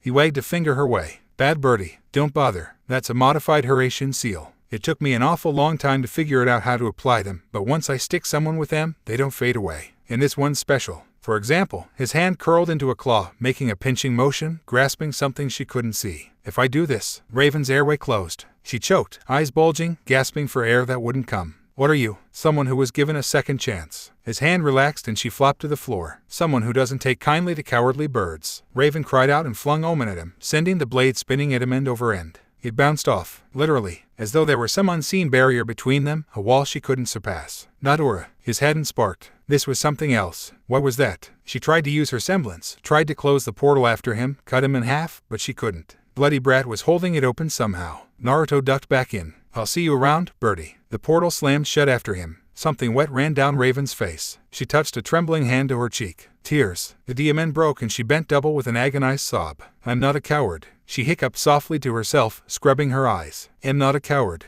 Red Eyes regarded the cloudy sky above the tower with serene disinterest. Their owner had grown, much like his word-displaced brother, into a youth of many mysterious gifts and a seemingly infinite potential. He wore a black tunic and breathed, bearing similar red geometric designs to those woven into his mother's robes. The irony wasn't lost on him. He'd been told by Watts once that they cost somewhere in the realm of 10,000 lien. It had produced a bemused feeling in Sasuke that vanity cost so much. He didn't care if he had to walk the world in rags or riches. What mattered was finding out about this world and hopefully fixing it. Then he could find Naruto, though not necessarily in that order. He sat down on a rough pedestal hewn from one of the many hundreds of crystalline stalagmites that poked from the gremlins surrounding the tower like bizarre floor, idly watching a flock of nevermore circle overhead as a fresh spawn of Grim crawled from their tawdry tar-filled pits. Initially he had thought this a desolate place. He still did in a sense, but he had lived here long enough to realize that it had a brutal charm too. Enough to make him appreciate the few times Tyrion or Watts took him to visit the metropolis of the various kingdoms. Educational visits, Watts had called them, twisting the tips of his mustache as he always did before giving a lecture. Sasuke had committed himself to be a good student, diving for information without revealing the extent of his knowledge lest Salem suspect something circumspect. When the good doctor had taught him the machinations of how to bring down a kingdom, the young MSTR had pondered how one might rule it. A prospect had the well-dressed teacher practically giddy. Young MSTR, an uncomfortable female voice reached him from below, drawing his attention from the bleak vista. Your mother has asked you to come see her in 20 minutes. Sasuke craned his neck back. Cinder looked a bit more presentable. She was cleaner than the first time he had laid eyes on her, her raven black hair no longer in tangles, instead cut into a short black bob cut that left her gold eyes on full display. She had been given a sleeveless black tunic and breathed over which she wore a short red skirt that stood out in the obsidian she stood on. None of this disguised her anxiety. Not from him. Sasuke pushed himself from the top of the stalagmite with a sigh, falling the 20 feet to the ground and landing in front of Cinder without a sound. He didn't miss the way the preteen girl flinched in his presence. She tried to kneel again. He stopped her with a wave of his hand. You don't have to be afraid of me, and you certainly don't have to kneel. I know Tyrion and Watts can be a tad overbearing. You needn't grovel nor act subservient. I'll never ask you to do something you're uncomfortable with. Red Eyes meeting gold. They held the stare for half a minute in silence before Cinder closed her eyes and looked away, causing him to sigh. Come, I've got some practice to get in before seeing my mother. Cinder made a confused noise. Practice. Rather than answer, he turned on his heel and began to descend the stone steps towards one of the grim spawning pits. Cinder followed behind, silently, one step behind and to the left. She had grown used to the grim, but it was clear to Sasuke that his attendants still feared them in part, and the land's oppressive atmosphere still preyed on her nerves. Attendant. Sasuke didn't like the word. It felt like a polite way of saying servant, and that was not something he wanted to see Cinder as. Coming to rest in front of a freshly born Ursa, Sasuke opened and closed his left fist, still struck by the oddness of regaining an arm that he had lacked for the better part of 13 years. Cinder, he began, catching her attention. Speak plainly, what is your problem with me?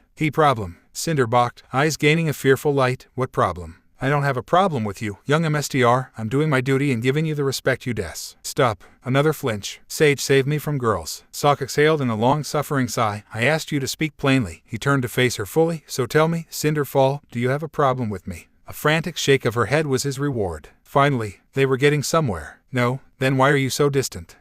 Cinder mulled over his question, biting her lip in concentration at finding the right words to say. He gave her time, watched her squirm. At last, she found her courage and met his gaze. I want to be strong. A black brow quirked. And distancing yourself from me helps you how, exactly? Her eyes hardened. He saw the hunger in them, the pain. I let anyone get close, they're just going to hurt me again. Then let me help you, he replied glibly. She stiffened. A bitter breeze blew between them, the wind rustling their hair. No, Cinder sniffled like the teenager she was yet to be. I don't trust you. The words echoed endlessly in Salem's tower. Sasuke rolled his eyes. Child, he wanted to say, I'm the only person you can trust in this crazy place. Trust is relative, he said instead. You need a friend. A sly glint colored his ruby-cut eyes, or if it pleases you, become my right hand. They got her attention. He saw the sudden way she stiffened, the interest in her gaze. Sasuke turned back to face the grim. None reacted to him, of course. They wouldn't. They did, however, react to intent. If words wouldn't sway Cinder, then perhaps a demonstration would. Attack me. The Ursa he'd singled out rose up on its haunches. Paused now, realizing something wasn't quite right. Sasuke smiled at it. Even a Grim would miss their arm, right? It roared in surprise and stumbled back, balking as Sasuke clutched its limb in hand.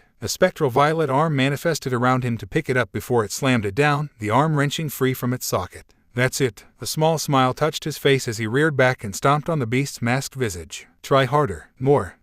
He ground his heel in. Put more force behind your attack when you hit me. In the background, Cinder's jaw dropped. She watched in morbid fascination as the heir to Salem slowly but surely rendered both the Grim and their section of the spawning pools down to nothing. Some he smashed to pieces with brute strength, others he caved in with his spectral giant that loosed arrows into the sky above, but most terrible of all was the black fire that silently boiled away all it touched. She watched him work, gasped as he called lightning down from the very clouds themselves. This was power, offered willingly with a side of friendship. And much as she was reluctant to trust again, she could not deny the prospect of being the right hand of a god in human form was appealing. So focused was she on the display before her that didn't notice the presence that had joined her to watch Sasuke work. Well, what have we here? Cinder stiffened, but the newcomer paid her no need. Salem pinched the bridge of her nose as she regarded the blasted plain before her. Only an hour ago it had hosted a great many spawning pools, each home to a host of Grim. Now it was a charred wasteland, wholly useless to her. Practice, her son had said. I'm working on a new spell, he'd said. What manner of magic involves calling a beast of lightning down from the clouds to smite her pets? Why do you do this to me, my son? She addressed the seemingly sullen youth before her when he had eventually finished his merry demonstration. Is it too much to ask for a little loyalty among family? You would do well to learn a thing or two from Tyrion. Sometimes she wondered how she'd given BRTH to such a powerful boy. He was more powerful than her children with Ozma, this she knew without a shadow of a doubt, but she couldn't fathom why. But she'd carried him in her womb nonetheless, and he looked passably like his sire. Sasuke smiled softly, that same secretive smile that always baffled her. Sorry, mother. He wasn't at all, the cheeky prat. Not in the least. No matter. Ozpin wouldn't stand a chance once he came of age. How little she knew. Two old friends reborn into this world, two stubborn souls determined to make peace, one way or another. It turned out the prospect of playing nice with a foreign business tycoon, one who had all the tact of a shovel, was something that left Glinda so agitated that Summer had felt obligated to provide an extended pep talk. What this amounted to was Naruto's stay in the Rose Long household being extended from a few days to a full week in the hopes of detoxing from stress and facing the upcoming decorum with a clear head. Hiro had therefore volunteered, been forced, to entertaining the children of the household, a task to which the oft-times grumpy huntsman took to with surprising ease. While he liked children, the more sensible Branwen was much more content to let the kids play by themselves and make their own fun while watching from a safe distance. It let him rest, and the children could work out their seemingly limitless supply of childish energy. Which led to this moment. Naruto hopped over a fallen tree branch in pursuit of Ruby, the rambunctious 3-year-old surprisingly spry on her feet for one so young, but not enough to shake Naruto completely in this most well-known of playground games, tag. Hiro had brought them to a rustic wooded park on the coast of Patch while their mothers enjoyed some well-needed alone time, while Tai had been drafted in to bring your daughter to work day at Signal. I'm not sure what's more funny, the fact that Young was bouncing up and down to go, or the fact Uncle Tai didn't realize it was a joke. Naruto thought, leaping up into the branches of a tree to track the scampering silver eye from on high. I'm gonna get you, Ruby, he called, bouncing from one tree to another while the little girl darted under a fallen log. Never, she rallied in enthusiastic defiance, her little red dress fluttering in the wind like so many rose petals. Naruto laughed, enjoying the chase even though he could bring it to an end at any time. He caught the distant warning of Kuro to stay where he could see them, heaping the curse under his breath as to not draw scathing glares from the other parents, something that caused Naruto to smirk. He may have taken a particular pleasure in messing with his pseudo-uncle, but he was fond of him. Anyone could see that he was a haunted man trying to do his best to keep what he still had safe, respectable, praiseworthy even. Naruto pirouetted through the air, Ruby leading him deeper into the wood, her giggles infectious. She was another one he would protect, his little friend, and thus why he could trust her to run like this. He heard Kuro call out behind him. He paid the man no need and raced after her. I am here, there is no greater security. You can't catch me. Bursting through a copse of closely growing sycamore, Ruby found herself in a clearing with a single large tree trunk in its center. That was it. Her 3-year-old mind concluded that was base. If she could get there before Naruto tagged her, then she was safe. Her boots blurred beneath her, arms flailing for even a modicum more speed to outrun her friend's pursuit until the stump was within arm's length. Reaching out, her small fingers splayed for the ringed surface of the tree stump, the rapturous call of triumph ready to be sung. Her fingers were just about to brush its surface when a shadow fell over her. Why? The world slowed to a crawl as Ruby slowly turned her head up to face the shadow, surprised to see not her friend but rather someone much taller, a man fully grown with wild black hair and a full beard. In his hand she glimpsed an axe, a gleaming head of metal swng down on a powerful and deadly arc, its wicked edge aimed for the crown of her head. Ruby, a familiar voice yelled. The world blurred. One moment she was mid-sprint, contemplating the vastness of the bizarre situation she had been in as an axeman whipped his implement for her head. Something shifted, she blinked, and in the next she was on the other side of the clearing, a pair of strong hands on her shoulders. Ruby blinked, her silver eyes taking a moment to register everything before them, looking up to see the BLNDFLD blonde friend looking down at her with concern. Then the woodsman came back into focus, the head of his axe buried a full foot into the tree stump that moments before had been the position of her small head. You okay? Naruto asked, dusting her off as if she had just fallen, his voice empathetic yet unconcerned with the apparent attempted murder he had just prevented. Confusion bloomed in Ruby's mind like a malignant weed, tainting the rose garden of childish thought. Why? What was going on? Who was that man and why did he just try to swing an axe at her? A pitiful sound wrenched itself from her throat, confused tears rolling from the corners of her silver eyes. There. He tousled her hair. You're fine now, boy. The woodsman spat on the floor, wrenching his axe from the tree stump with a crunch of wood. DSS off, I'm here for her, not for you. Naruto didn't look his way, instead keeping his BLNDFLD gaze squarely on her. Why the hell are you taking a swipe at a 3-year-old? What's she done to you? The woodsman growled, shouldering the axe. That's Narutoxharem's kid, he supplied gruffly. Ruby whimpered. He knew who Daddy was. That still doesn't answer my question, Naruto pointed out. He turned his head to regard the woodsman in quarter profile, his voice gaining a steely edge while keeping its upbeat tone. Mind explaining that one to me so it does make sense. Narutoxharem's bandit beach of an ex-wife, her tribe burned down my family's home 5 years ago.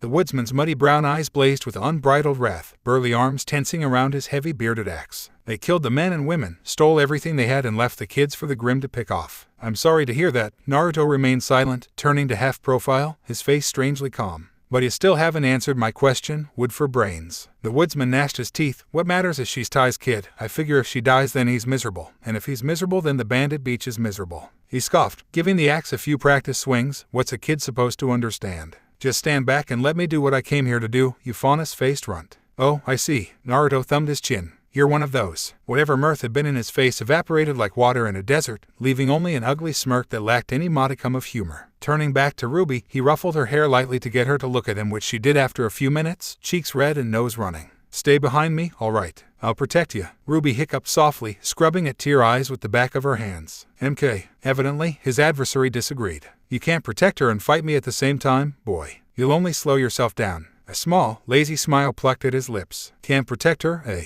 He really could. She knew Naruto was strong. Yang did too. Really, really strong. Even so, she didn't understand something. Why was he laughing? What was so funny about this? Funny thing about being a kid. Naruto palmed his face. Everyone always underestimates you. Always. I never get tired of it. You're doing the same. Right now. Move aside, boy. I don't want your head. It'll be fine. Naruto waved a tan hand, grinning from ear to ear. After all, a chuckle escaped him as he smiled, flashing pearly white teeth. You're weak. Silence stretched between the three of them, long and ponderous. Ruby wondered how it must look, a mere child talking down to an adult more than twice his size. Said adult had gone still, no doubt realizing the utter insult he'd just received. Even she could see it. Naruto watched, waited, saw the comprehension dawn in his eyes. And then, the man absolutely exploded into incandescent rage. Don't underestimate me, brat. The axe swung forward, seeking his head. I'm going to enjoy slashing that smug face of yours to a pulp. He raised a hand. Come. What followed was a mad melee. Ruby squeaked, fearing it might be the end of him at any moment. She knew he was strong, but still, this was scary. She clapped both hands over her eyes and heard a grunt of pain. It didn't belong to Naruto.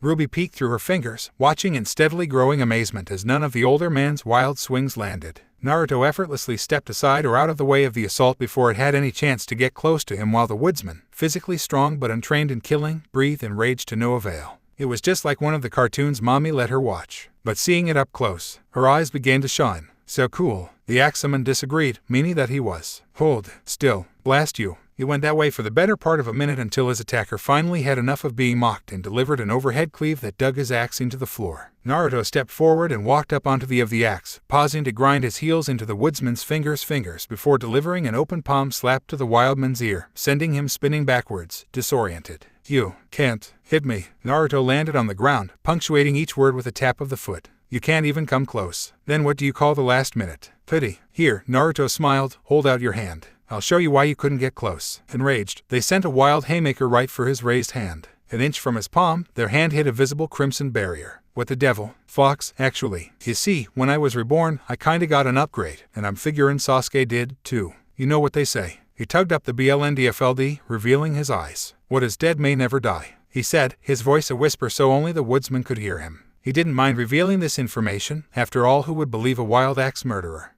Providing he survived what happened next. Oops. Naruto slapped his forehead as he considered the frozen foe before him. One good strong look without his BLNDFLD, and his enemy just froze up, staring into space. Even now, they didn't seem to see him. He leaned past him, considering the bleached world he'd accidentally created behind him. Like a cold marble cut in time, so too had he annihilated a good portion of the forest. The look of utter despair on his opponent's visage was frozen there forevermore. As though they could see everything, had become one with everything, unable to move because of it.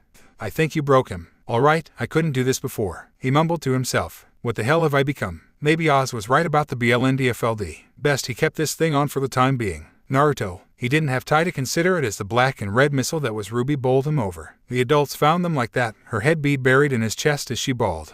From one life to the next, blending into a crowd came naturally to Sasuke.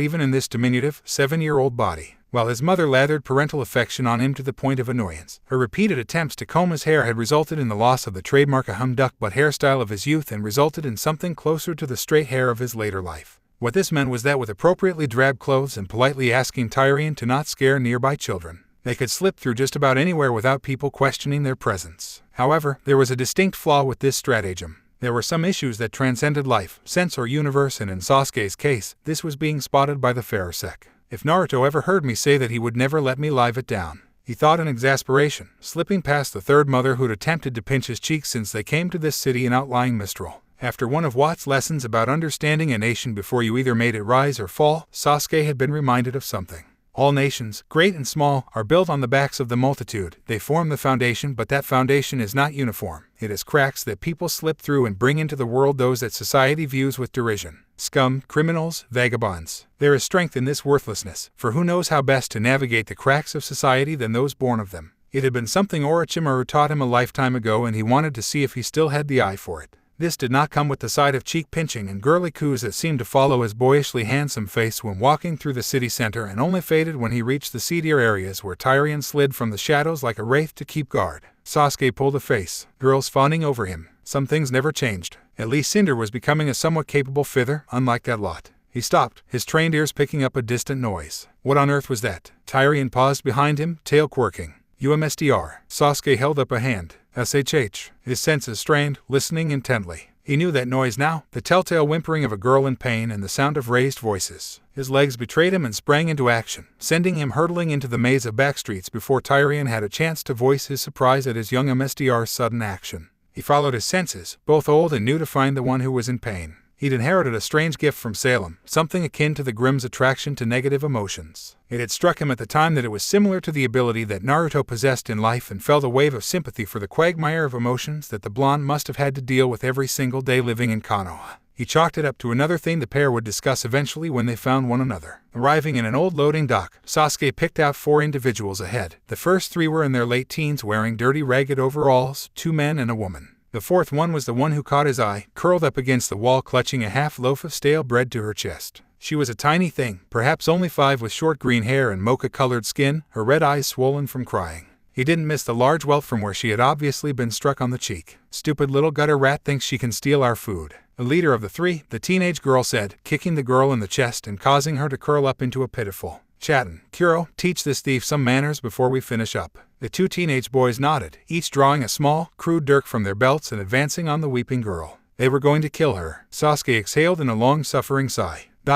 He was going to have to intervene, wasn't he? Suppressing the mental sigh, Sasuke clapped his hands twice, causing the twitchy trio to spin on their heels and face him. They barely got out a confused yell before he made eye contact with all 3 and caught them in a simple but potent genjutsu. "Sleep," he ordered. By the time Tyrion caught up, jumping down into the loading dock, the deed was done. The trio of would-be murderers were splayed out like leaden sacks of potatoes, foam frothing from their mouths, their eyes catatonic. Naruto would have strung them up by their toes and pranked them to high heaven besides. Sasuke settled for breaking their legs instead. Only seemed fitting. Well, you're getting better at that, young MSTR. I'll really have to up my game and not miss the show next time. Tyrion clutched his chest as though the prospect of seeing Sasuke render people into terror-induced unconsciousness was heartbreaking. His wide eyes zeroed in on the green-haired young girl, who even now looked up at them with quiet awe. "But pray tell, what shall we do about the urchin? While a look of worship is appropriate, I believe you wanted to keep a low profile on this visit." Sasuke frowned, meeting the little girl's gaze, internally cursing himself for acting on instinct and gut feelings. Saving someone made them a part of your life whether you liked it or not. "Blast it all," he sighed. "The things we do to save the world." "Tyrion," he snapped his fingers. "Take the girl. She comes with us." Another one. A gleeful giggle filled his ears. But of course, far be it from me to question the young MSTR. Growing up again was strong, certainly when you had the mind of an adult and the body of a child. But most of all, Naruto found, when he had to face a foe like this, an enemy unlike any other. "Eat your vegetables, dear." Glinda's smile was soft, indulgent even. "Don't you want to grow up big and strong?" Naruto sighed. "Right, I can do this. It's for the greater good." Kurama gagged in his head. Bleck, foul greenery. At least he wasn't suffering alone. "HMPH, your son is not one for long-standing etiquette, is he?" Came the refined voice of Jack Schnee from his position at the end of the table, large mustache bristling while he looked between Naruto using the wrong fork for his green vegetables to the reserved face of Ozpin. "I had thought a child of yours would know better." That does it. I'm going to kill him. Naruto sighed. "Kurama, no. Kurama, yes." Ozpin smiled softly. "While my wife is well versed, we care more that our son has a good childhood than how he gets it. Using the right implement can come later. As they say, it serves to set a good foundation before going into frivolity, no." The Schnee patriarch smiled thinly. Naruto internally guffawed at the obvious consternation in his eyes that Oz had got one over on him. They'd arrived at the Schnee's Vale holiday home several hours ago to a cavalcade of maids and butlers waiting for their attendants, a show of force while holding up the front of civility, hoping to on some subconscious level show both the prosperity that the SDC could bring to Vale and a standing challenge to try and upstage them. The 3-person family unit had all reacted differently. Clad as they were in clothes befitting a formal meeting, Ozpin had extended business-like courtesy while Glinda masterfully obfuscated the deep loathing she had for Jack, her purple-lined formal cape fluttering in the wind while Naruto, clad in a child's dinner suit, had offered a pleasant bow with his BLNDFLD in place. There had been much talk and acute political maneuvering in the short interactions before dinner which the parents and Naruto was soon able to recognize. Naturally, the blonde boy kept that to himself, instead waving cutely at the eldest Schnee daughter sat opposite him looking at him with muted interest. Winter was a pretty young girl of about 11 years with light blue eyes and long white hair tied into an elegant bun atop her head. She wore a white military-style dress with faded gray pinstripes and the Schnee family symbol both across her back and on the back of the white linen gloves she wore. Strangely enough, dress saber lay sheathed at her left hip. He could see its ceremonial blade wasn't suited for combat. Must have been something her father insisted she bring to put up the image of a strong daughter. Naruto tilted his head, his special eyes looking at Winter from behind their black linen shroud, considering her anew. Her face was quite pretty in a statuesque way. She was bound to grow into an appealing woman when she was older. That wasn't his concern. No, there was something about her, a melancholy that radiated from her eyes despite her stoically pleased front she put up. She noticed him looking her way and returned the look with a nod. She'd not spoken much during the meal aside from the brief introduction she'd given to him and his parents upon first meeting. Poor thing didn't seem to be enjoying herself. Contrary to what the DC cat at the end of the table thought, he had a perfect understanding of the delicate game of decorum from his near-decade tenure as the Hokage. Sometimes it was more important to keep your mouth shut than what you said, but he couldn't deny he wanted to talk with the older girl and see what was wrong. 2 courses of high-grade food and small talk later, and Ozpin finally took pity on him. Jax, I think we've bored the children for quite long enough. Perhaps Winter would be kind enough to give our son the tour of your home while we get down to brass tacks, so to speak. Jax hummed and thought for a few moments before nodding, snapping his fingers to dismiss the dining staff, each of whom left with a bow. An excellent idea. Winter, be a dear and show young Naruto the grounds. You're just the role model the young boy needs to really shine. The backhanded didn't fail to register with Naruto. Never had he been happier for his BLNDFLD than in that moment. Just one bite, a little off the top. ... Don't tempt me. Of course, father, Winter accepted in a crisp voice. Rising from the table, she looked to Naruto and swept a hand outward, indicating the large glass doors separating the dining room from the satani walkway that surrounded the small manor. Please, follow me. He who rounded the table to fall into step with the older girl. Sure thing, Snow, Naruto jested, causing a wash of embarrassment to flush Winter's cheeks as she led him outside and began to give him the tour of the estate. Not a soul noticed the disguised shadow clone he left behind. The moment the pair's retreating footsteps were out of earshot, the adults in the room lost whatever feigned civility had permeated for the sake of the children and staff. Lips set into thin lines, eyes narrowing to cold flints. Silence presided for a while, punctuated only by the cackling from the ostentatiously gilded fireplace that Jax now leaned against, a glass of whiskey in one hand. Ire slowly began to build between Glinda and Jax, with neither wanting to be the first to speak, hoping the other would crumble. Seeing the potential powder keg his wife would become if left too long, Ozpin decided to break the silence, pushing his glasses up his nose. What are you playing at, Jax? He said, resting his cane against the armchair he now sat in. Playing at? Jack grinned, swirling the whiskey in his glass and admiring its color. You make it sound like this is some vile game and that I'm a cruel game MSTR tweaking the rules for my own benefit. I can guarantee that your visit here today was nothing more than me wanting to be pleasant to Beacon's well-respected headmaster and his family. There's nothing wrong with that. If anything, it's positively philanthropy. Linda scoffed. Don't play coy, Schnee. The fact that Menagerie has officially barred SDC import after that tragic accident with Gira might not be public knowledge, but you asking to strengthen ties with Vale is about as obvious as it is tone deaf. The appealing teacher CLC cut her teeth together, biting back the totality of her annoyance. I have half a mind to. Ozpin placed a hand on his wife's shoulder. What my wife is trying to say is, you wanting to play nice with us instead of at least trying to make a token effort to apologize and help the faunus is perhaps not in your best interests right now. Jax snorted, the shadows playing across his crisp white suit like cancerous lesions of darkness. He crossed the room until he came to a brass globe of Remnant. A hand flitted out, spinning it slowly. I'm acting according to the demands of the kingdom's prosperity and my business. If the animals, Glinda growled, fine. If the faunus don't want to buy my stock, then that just means I can offload the surplus to the real kingdoms. A win-win in my book. Ozpin fixed the middle-aged man with a heated stare. Menagerie is a kingdom, Jack, one in turmoil that needs settling, not adding fuel to the fire. And here I was hoping we could form a workable relationship with your blessing, Atlas and Vale, such is why I brought Winter with me. Jack knocked back his liquor before pointing a perfectly manicured finger at Glinda. What's going to happen at your son's vital festival in a decade or so?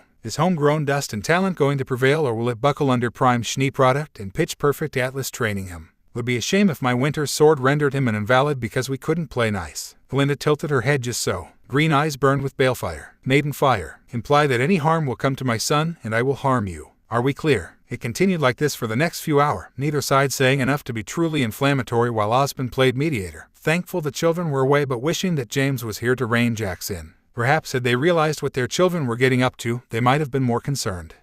Really, your teacher is one of Dad's old friends. On the other side of the manor in the garden, Naruto and Winter walked under the light of the shattered moon, making small talk about their various training before officially starting huntsman training.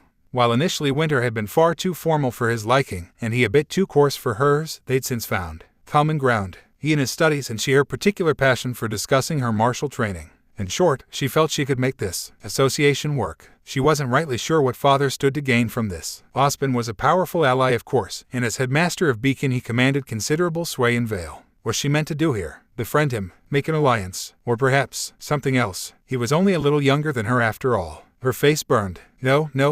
Improper. Don't think that. Mustn't think that. Oi, you paying attention? Winter nodded half-heartedly, gloved hands clasped behind her back as she straightened her posture. Yes, General Ironwood speaks very fondly of your father, that he is a peerless warrior, savvy politician, and wise counsel. I was quite surprised to hear he had a son. She looked over him, taking his measure from the spiky blonde hair to the dinner jacket he clearly didn't like wearing, and compounded with the odd BLNDFLD that seemed to do nothing to the blonde's vision. I must say, your mother is also a well-known huntress. It must be a STMLTNG environment to grow up in. Sometimes, Naruto placed both hands in his pockets, posture relaxing, utterly at his ease. She's thorough in training me, if nothing else. The eldest Schnee daughter found herself puzzled at the oddly adult way he carried himself and spoke. There was an appropriate amount of childish inquisitiveness but underscored by an almost aged wisdom, as though he were trying his best not to laugh at some unspoken joke. Really, it was quite odd. Not that I'm one to talk. The preteen thought she'd been forced to grow up fast due to her own less than ideal home life. Perhaps it was the same for him too. Coming to a fountain depicting the 4 founding monarchs, Naruto squatted down on the edge of the water feature. So you enjoy training too, huh? Winter considered that for a moment, looking around to make sure her father nor any of the staff were watching or eavesdropping. Of course they weren't. Finding them to be alone, she answered the blonde honestly. It's the only time I really feel alive. As the eldest Schnee, there is a lot on my shoulders, expectations, limits, stifling limits, awful restrictions. Can't say this, don't do that. When I train, I can ignore them and really be me. Not Winter Schnee, eldest daughter of the dynasty and prodigy student of General Ironwood, just Winter. Naruto listened to her honestly speak before beginning to giggle to himself. Winter's brows furrowed in annoyance. I'm sorry, did I say something that you found funny? Lightly smacking the blonde in the arm. Hey, that's how I truly feel. No, I get that. Trust me, I really do, but I think you're looking at it from the long angle. Naruto sprang back to his feet and thumbed up his BLNDFLD. Limits. Those eerie sparkling eyes gleamed back at her, as though she were looking into infinity itself. Those are all in your head. Imagine a future version of yourself who's freely surpassed your limits. Call it an ideal, a curse, whatever. The only thing holding you back ... is you. Here, you can start right now. Let's be friends. Not as the son of Beacon Headmaster or the daughter to Jack Schnee. Just Naruto and Winter. What do you say? He extended his fist and waited expectantly for the young woman to digest his words. Gingerly she extended her own fist to bump, a sheepish look on her face. I would like that. Naruto bumped his knuckles against hers. Now you're getting it. Winter was quick. A wry grin stretched across Naruto's face and his eyes danced behind his BLNDFLD as he swayed back again from her assault, ever dodging her blade by the merest of margins. She gave chase as he knew she would, striking for his left, right, center, now left again. There was nothing wrong with her stance. If anything, she moved far quicker than someone her age had any right to. All to the good, so far as he was concerned. Even now she harried him with little regard for her defense, always attacking, never resting. He knew what she was after, trying to destroy his focus, aiming for his central line, hemming in his movements in the hope that he might make a mistake. He wouldn't, but good on her for trying. His infinity would have negated anything that slipped through his guard, yet she was just so damn quick that he found himself evading out of sheer reflex if nothing else. Muscle memory was a hell of a thing. His still served him well in this strange second life. When she'd asked for a spar, he hadn't expected her to be quite so capable. Oh, he knew she was training, but he found himself pleasantly surprised by her present skill level. This girl was going to be dangerous when she grew up. It was just a matter of sanding off the rough edges and polishing what lay beneath. Go, Naruto. Kick that stupid Schnee's butt. Yeah, make that silly so eat mud. Winter rounded on the shouts, her distraction. Broken. I beg your pardon. Hey, now. He drove a crushing punch into her solar plexus, one that sent her stumbling back to the edge of the ring. Pay attention. She skidded down on a knee and shot him a baleful glower. That's cheating. I was distracted. He beckoned her way. Then don't be. Her pale face turned with anger she released with a deep breath. Naruto felt his mental opinion of her climb a little higher. It wouldn't be any fun if her temper got the better of her. Chuckling softly to himself, he turned his back on his new friend, giving her time to recover. As she did, his eyes raked across the arena. Ozpin had been kind enough to lend them one of Beacon's spare rings for the occasion, as such they had something of a captive audience at the moment. The noisy one at that. Of course Yang and Ruby were hooting and hollering for his victory, but he didn't miss the smug looks the adults wore as he and Winter waged war against one another. Ozpin knew what he was capable of, to say nothing of Glinda. Of course they did. They were his parents after all. Aunt Summer likewise knew he'd been through hell and high water, to say nothing of Uncle Taeyong and Uncle Kuro. Does the little Schnee need a break? Winter absolutely hissed. Drunken louts should be silent. Alright, maybe Uncle Kuro was enjoying teasing Winter a little too much. By contrast, Jack Schnee looked like he'd SCK on a rotten lemon. Naruto took some small pleasure in his pinched expression. Doubtless the Dust Mogul had expected an easy victory here, an overwhelming triumph for Winter and crushing defeat on his part, an embarrassment for Ozpin and Glinda alike. Pity he and Winter had no intention of playing along. She hadn't managed to hit him once. Not for lack of trying, but his friend was getting up again, and he must attend. Careful, now. He hummed a little as he watched her climb to her feet. Don't pull a muscle. Winter CLC'd her tongue, braved her blade with both hands and slammed it into the floor. From there she turned her weapon in the air as one might a key in the door. His sixth sense tingled. A grand glyph bloomed just beneath her feet, and from it, a swarm of white nevermore rose around her, surrounding her in a storm of frost. He could nearly 24 in all. An impressive display ... but not without cost. Not bad. He glanced back to the screen overhead. As far as semblances goes, yours is pretty impressive. Sure enough, his suspicions were confirmed. Her aura had gone into the yellow, while his remained a healthy, untouched green. But your reserves just dropped by a fourth. How long can you keep that up? Her lips pursed into a thin line. Long enough. He walked forward, loping toward her at a sedate pace. Let's find out. The sudden widening of her eyes was glorious to behold. Play duel or no, he felt a FLC curve of fear from her just now. At some unspoken command, her flock shot forward at him. Not a bad move. He could already see her moving to flank him while they shot forward. Child's play. Naruto channeled a touch of chakra, lapped his palms together, producing a sharp pop. A torrent of razor wind burst forth, rendering them so much mist. Gasps went up from Ruby and Yang. He ignored them, never once taking his eyes from the haze. Winter had already vanished into it. Any moment now. His patience was well rewarded. Winter's dagger hurtled in through the fog, trying to drill him between the eyes. He deflected it with the back of his wrist, diverting the blade well before it could reach him. In the same instant he tore it out her grasp, took a sharp step to the left, and brained the back of her head with the hilt as she surged helplessly by. The tiny squeak of shock that followed was music to his ears. She stumbled past him, dropped her SWRD and hunkered down, clutching the back of her head. Naruto flung the dagger down at her feet. Kick it up. She grabbed it, kicked back and landed on a glyph in midair. His eyes widened a fraction of an inch, and a low whistle escaped his lips. She dove at him, sprang off that when he dodged, and caromed off another, blurring by him in a streak of white as she struck another glyph. And another still now, faster and faster, building up momentum until... There. His body snapped to the right, knowing her blade would pierce the space he'd occupied a moment before, whirled now, and flung out his arm. Winter collided with it, or a flash so strong he was actually blinded for a moment. Then she was past, tumbling arse over elbows through the air. She landed on her rear, bounced once before momentum had its say. In conclusion, she landed flat on her face with a dull thud and did not rise again. He heard Ozpin Dad make a mild noise of approval, and he could feel Glinda's approval from here. They at least were silent in their praise. The others were not. All hell broke loose. Taeyang and Kuro barked a laugh. Jack in the same instant snarled, "Winter, what are you doing? Get up this instant." Ruby hollered her encouragement, all but vibrating in place. Bless her simple soul. Yes. Yang pumped a tiny fist in the air. Knocked her butt out. Summer rounded on her eldest daughter. Yang Xialong. Sorry, Mum. Her smile said otherwise. Who taught you that word? Daddy did. Silver eyes rounded on him. Taeyang died a little inside. Oh dear. Winter wasn't moving. Might want to do something about that. 3 long strides carried him to her prone form. A cursory glance at the board above confirmed that her was aura still in the yellow, hovering just above Scarlet. Not satisfied by her stillness, he nudged her shoulder with a boot and rolled her onto her back. Baleful blue eyes glared up at him, bearing a massive bruise just shy of her right cheekbone. Naruto planted a fist on his hip. What have we learned? Winter groaned and touched a hand to her cheek. I think you knocked a tooth loose. He tapped his foot. Winter, she huffed. Momentum is not my friend. It isn't, not when you're moving too fast to see. He made a come-hither motion with his hand. Come on. He held a hand out for her to grab. Up you go. I won't dodge this time. Her eyes narrowed. Promise. He lifted his BLNDFLD a little to beam at her, winking with one eye before covering it once more. I never go back on my word. The pale ghost of a smile touched her lips. Fair. She reached up and grasped his hand, letting him haul her upright. Oh, he could hear Jack grinding his teeth on the sidelines. With a smile, he leaned a little closer. Don't hold back, yeah.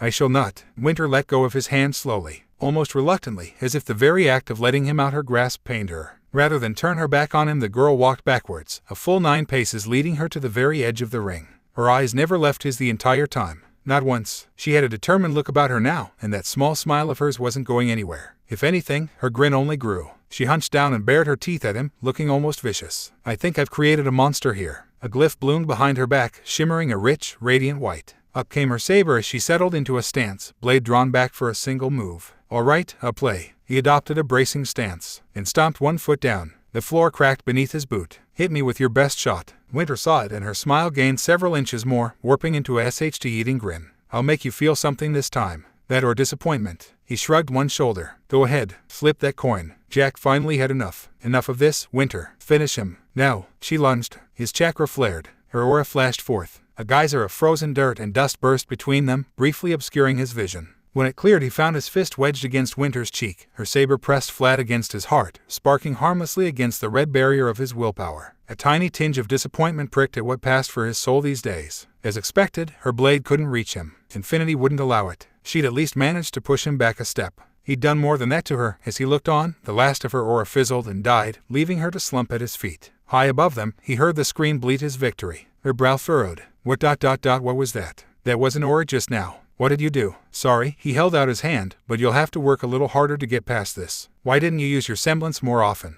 You might have won if you used more summons. Maybe flanked me or something. Not that it would have done her any good. Were you holding back after all? Winter's face colored as she climbed to her feet. I can conjure grim I've slain. I've only killed nevermore. That's it. Well, that was absurdly broken. Wanna hunt some in the Emerald Forest? A curious expression flashed across her face. You've been there before. Sure, I go down there all the time. With a friend, but that was neither here nor there. Here, he proffered his scroll to hers. Hold yours out. Winter never moved so quickly in all her life. She had her scroll out in an instant, touching it to his. A faint chime echoed between them. There, he hummed. You have my number now. What do you say? Wanna go tomorrow? Her eyes lit up and she scooted closer in a rare moment of girlish glee. I will do no such thing. Winter yelped as gravity reversed and her feet left the floor. In short order she found herself dangled upside down before him, her face against his own, nose brushing his. Ice blue eyes widened, growing almost comically large as her pale visage went a remarkable shade of red. Something brushed his lips in the chaos, little more than a feather's brush. It might have been Winter's, judging by the noise she made.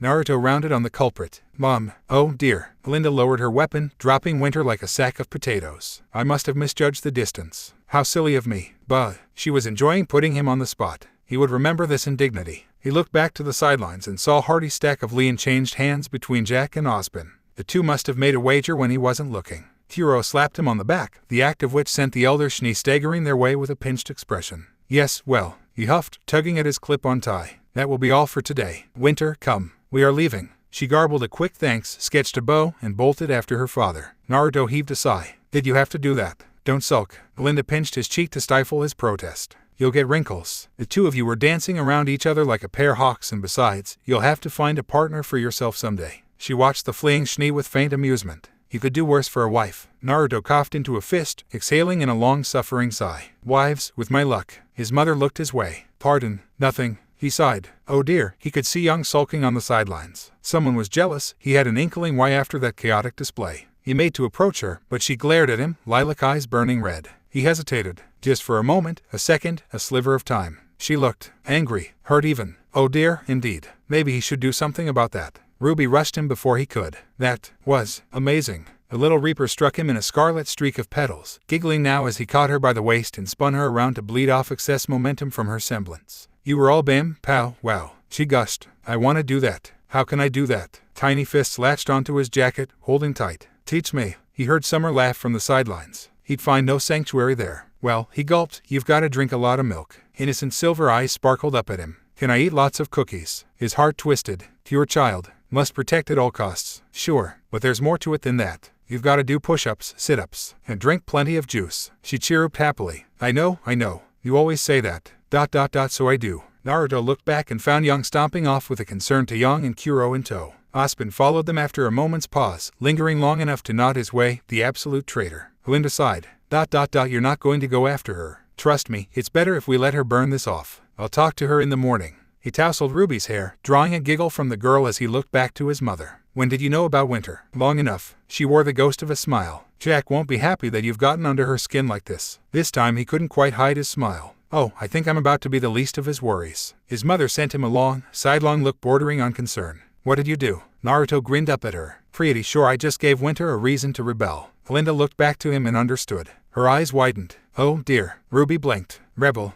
The harsh sound of a slap filled the room. Winter's head snapped to the side, a stinging red handprint throbbing against her cheek. She didn't resist. Her silence only infuriated Jack further. What were you thinking? He struck her again when she didn't respond. The gall. He'd never been so humiliated in his life. The very moment they returned to their hotel, he dragged her inside and locked the door. DMN this city. DMN her for embarrassing him. He couldn't stand it. They were laughing at him. All of them. Each and every single one of them. Laughing. Ozpin and his hunters, even their children. He'd been made a laughingstock. And still, she didn't respond. Answer me. Winter caught her father's wrist before he could strike her again. No, she rasped. You're a terrible father. Blind, too. You don't realize that I want him. Jack brittled. I see. No. A curious, icy calm had fallen over his daughter's pale visage as she repeated the word. You do not. Her fingers tightened around his wrist, grinding against nerve and bone to draw a startled gasp from him. I want him to be more than my friend. I want him to be my future. If you get in the way of that future again. ... You'll what? Jack scoffed. Kill me. Winter blinked for a moment, as though the notion hadn't even occurred to her. Yes. Then her eyes went cold. I will. The way she said it left no doubt in his mind. I'll kill you. Jack sneered. Then you will be branded a murderer, dear daughter of mine.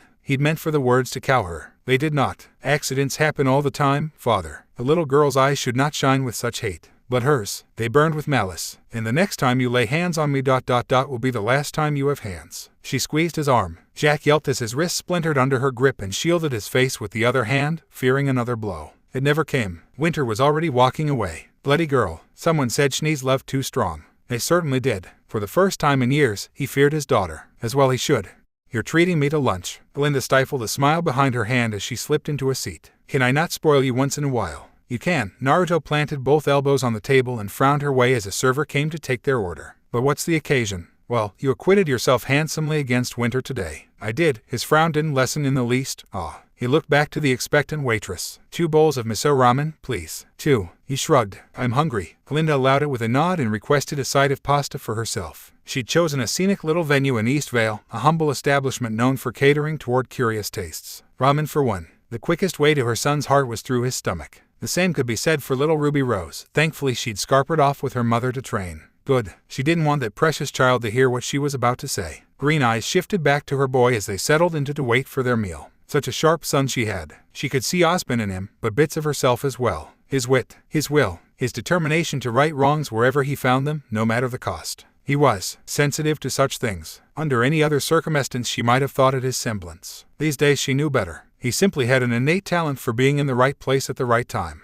Her boy was drawn to trouble like a magnet. It was simply his way, and she feared for him. An attitude like his earned you enemies. Powerful enemies. I wanted to warn you about. His right ear perked. Hold that thought. When her son turned his head, she followed him. As such, she had a prime view of what followed. Naruto whistled once, a quick 3-note tune she didn't recognize. Someone whistled back from somewhere, someone she couldn't see. The table she'd chosen was empty, and there were no other patrons around to speak of. So where? He grinned. You can stop hiding now. Mom's not going to hurt you. Honest. Silence reigned supreme. Come on, now. He chided. I even ordered a bowl for you. Glinda glanced at her son askance. Who are you talking to? Your imaginary friend. Nope. He jerked a thumb over his shoulder. Her. She looked back now. I don't go. Blinked now. Blinked strong. A girl was quite suddenly there, standing beside her son, as though she'd always been present from the very beginning. How had she snuck up on them? A semblance? Or had she simply failed to notice her? The girl herself looked near of an age with Winter, perhaps a little less. Her left eye was pink, her right eye, brown. Her dark hair was styled in pigtails, the left of which had a long curling thread of pink through it. Her tiny form was clad in a mud-brown dress bearing dark cuffs and a white collar with a black ribbon. All things considered, she was pretty as a picture. ... and Glinda had no clue who she was. Naruto pulled out a chair for her. Out adventuring again, are we? The girl's head bobbed as she hopped into the seat. You know her. This is Trivia. She's a friend. He patted her head, drawing a silent hum from the girl in question. Might even say we're besties. She likes to hide. She flung herself out the chair and landed on his knee, drawing an amused noise from him. You seem to be in a good mood today. He bounced a limb in question, babying her. Your parents still away on that business trip of theirs. Another silent nod. Curious. Why didn't she speak? Great. His smile gained an edge. Let me know when they come back. Yeah.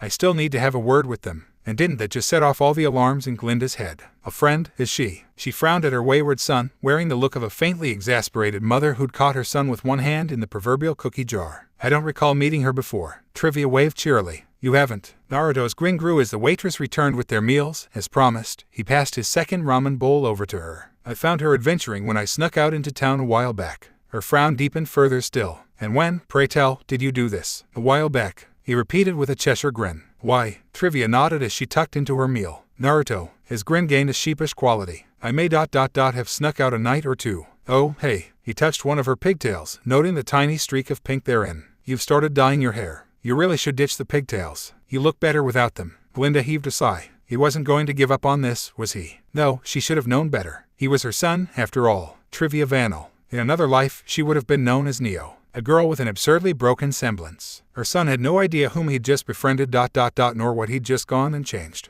And so the madness marched on. Their door was unlocked. She almost couldn't believe her luck. Finally, after so long, she could finally have some food. Stealing made her feel dirty, but it was either this or starve. Don't think about it. Don't think about Mom and Dad. Don't think about what she'd lost. Eat. Food. Hungry. The golden-eyed girl looked left, then looked right. Not a soul in sight. The house seemed well and truly abandoned. Had her luck finally turned? The girl didn't question. She scampered inside and shut it behind her. The urchin wasn't eating. Sasuke supposed she had every right not to, given what this green-haired girl had endured in the last few hours. Poor thing looked scared out of her wits. It didn't matter that he'd set a plate full of fine foods before her. Neither steak nor potato nor leafy greens could sway her. Those wide red eyes remained glued to him at all times, her tan face screwed up in a rictus of fear.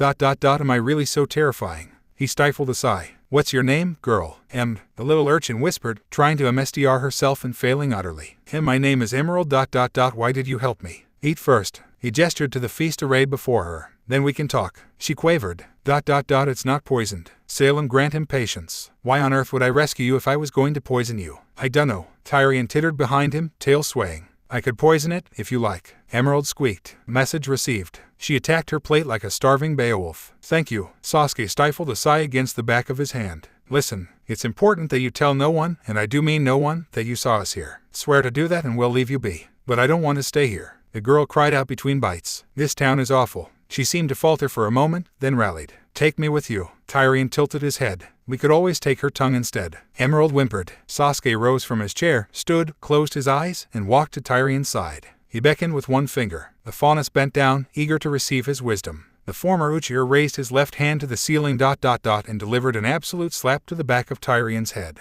The faunus bounced off the table face first, accompanied by a dull crackle of aura and a groan. There will be no taking of tongues. Are we clear, Tyrion? Wait. Emerald looked past him, truly saw Tyrion for the first time. Squeaked. That's Tyrion Kalos. Oh? His uncle perked up, golden eyes gleaming. You know me. Emerald foamed at the mouth and passed out. Sasuke pinched the bridge of his nose. This is my life now. Honestly, how was he the adult here? He was the youngest one in the room. Tyrion was practically a child at heart himself, well, a murderous man-child, but a child nevertheless. Cinder was going to lose it when he brought Emerald home.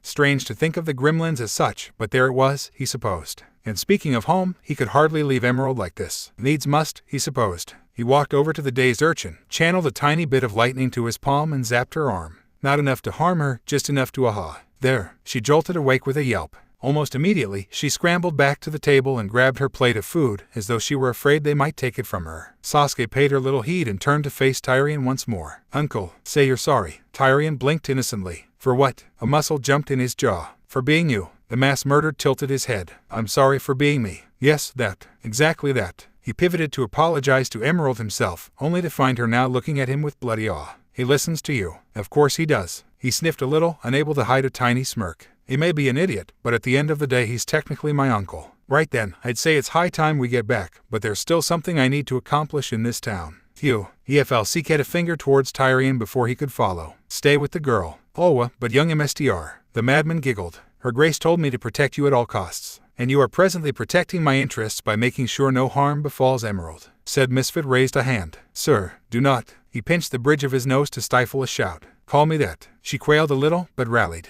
Yes, sir. What did I just say? When this is done ... are you taking me with you? Sasuke grunted and walked away. I suppose I am. You brought this upon yourself. Emerald all but threw herself at his feet. Her head embraced the floor as she babbled her thanks. Now she was making him feel old. His sole spiteful relief in all this was that Naruto had to be suffering something similar. Had to be. He'd drawn all manner of odd allies to his side in the past before, and if this life is anything like the last. Wherever he was, he prayed the blonde BSTRD wasn't having a good time. Misery loved company after all. Naruto sneezed into one hand. Violently, scowling, he looked around himself. Someone's talking SHD. Shrugging, he paced to the door. Ozpin's cane lay in its holster nearby, sealed for the night. He picked it up with a merry hum. I'll just be borrowing this. Trivia eased the door close behind her. It eased shut with a soft CLCK. Success. A tiny smile touched her lips as she locked the door behind her and kicked off her shoes. Another happy outing in the bag with her parents none the wiser. Times like these had her wishing they'd never return from their trip. Life was good. Better than good. She almost felt free. Perhaps she'd treat herself to some ice cream tonight. It wasn't as though the servants could stop her. They'd given up on that ages ago. Strange that she hadn't seen any yet. Must have gone to bed. Trivia didn't much care. She enjoyed the silence. So much better than noise. Idly she caught sight of herself in the wall mirror near the stairs. She paused, considering her reflection. A smug girl stared back at her, quite satisfied with herself. Well, not quite. What had Naruto said? He liked her with her hair down. Nimble fingers danced through her braids, free her dark tresses. Better. She took a moment. I admired the long streak of pink in her hair, but it wasn't enough. She wanted to go half and half. It felt better right. At least then it would match her eyes.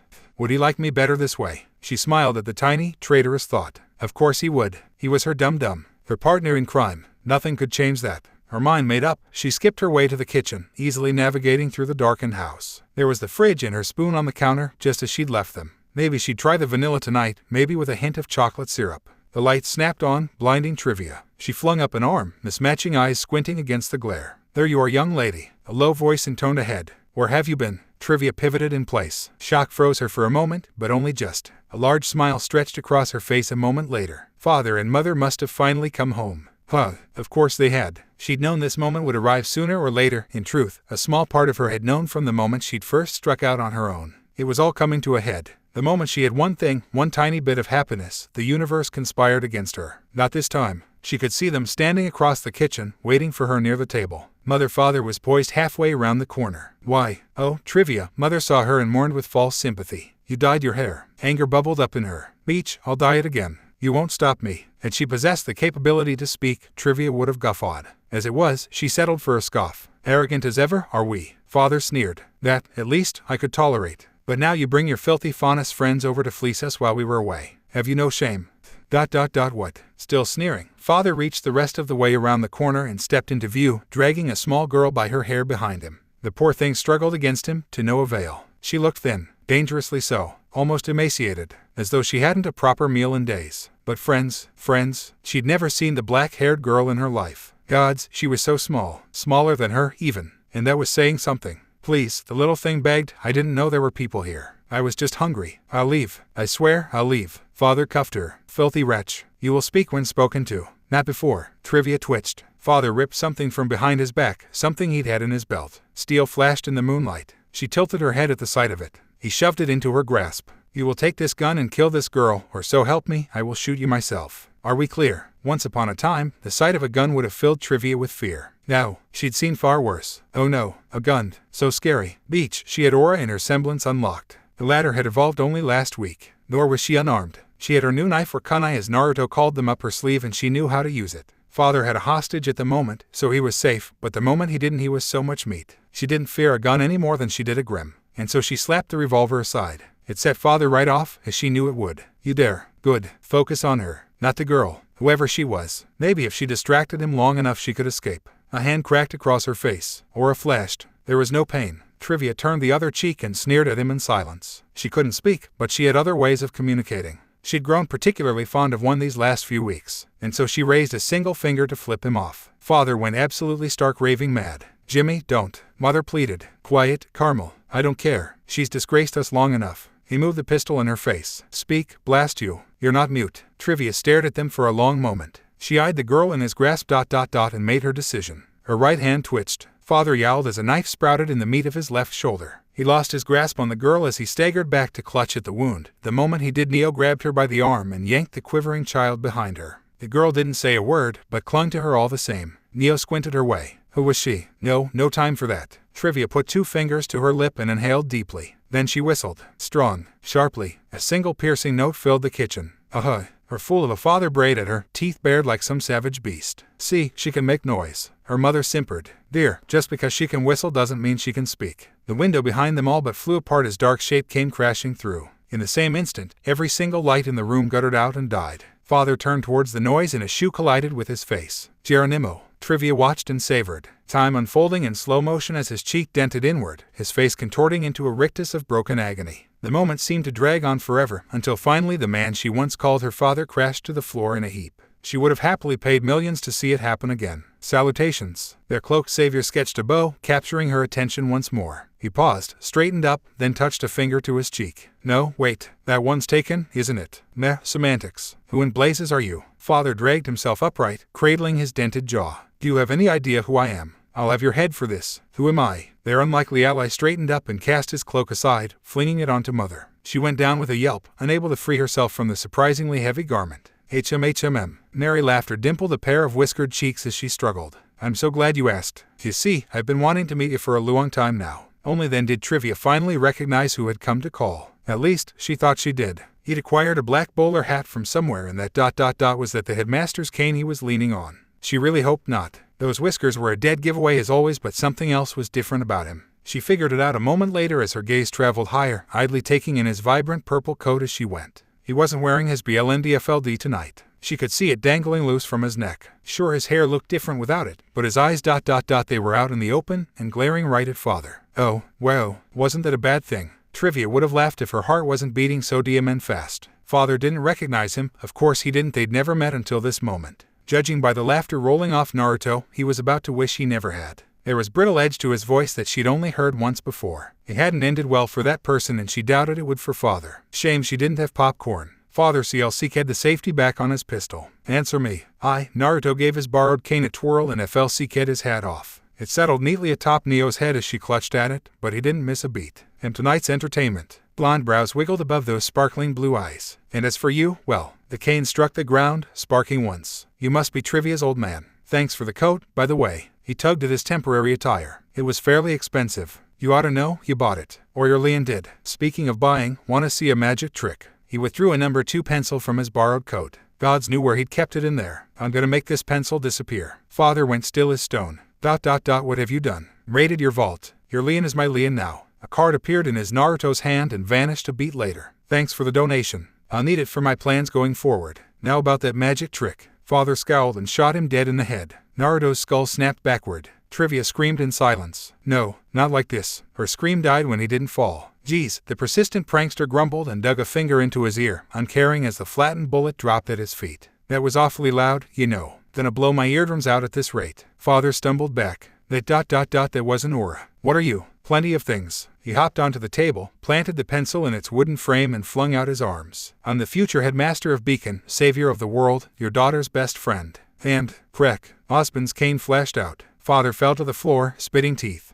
Your worst nightmare. That about sums it up. Trivia clapped politely. Thank you, you're too kind. Naruto ate it up and bowed like the showman he was. But that's enough FR-ply, don't you think? Time for the magic. Trivia took the little faunus girl by the face and turned her head into her side, averting her gaze. Just as well she did, because Naruto whirled, grabbed father's head, and slammed it down into the pencil. I first, Tada. He spun away, arms spread wide, hands empty as the man's lifeless corpse topped over behind him. It's gone. Now for my next trick. Mother was still struggling beneath the weighted cloak, for what little good it did her. Naruto tucked his father's cane into his belt. Then he stalked her way. Mother only heard him, she never saw him coming. By contrast, Neo did. She stood by and watched her mother die. She could have intervened, she knew, done something, anything, but she didn't. Why should she? This hadn't been her true mother and anything more than named for. A long while. Tonight was the end result of a lifetime of torment. The girl clinging to her squirmed away and dove under the table, unwilling to watch. Naruto was, at least, more merciful with her. A quick twist of the wrists and it was done. Mother's neck snapped with a harsh crack. She hit the floor and breathed no more. Well, that was easier than expected.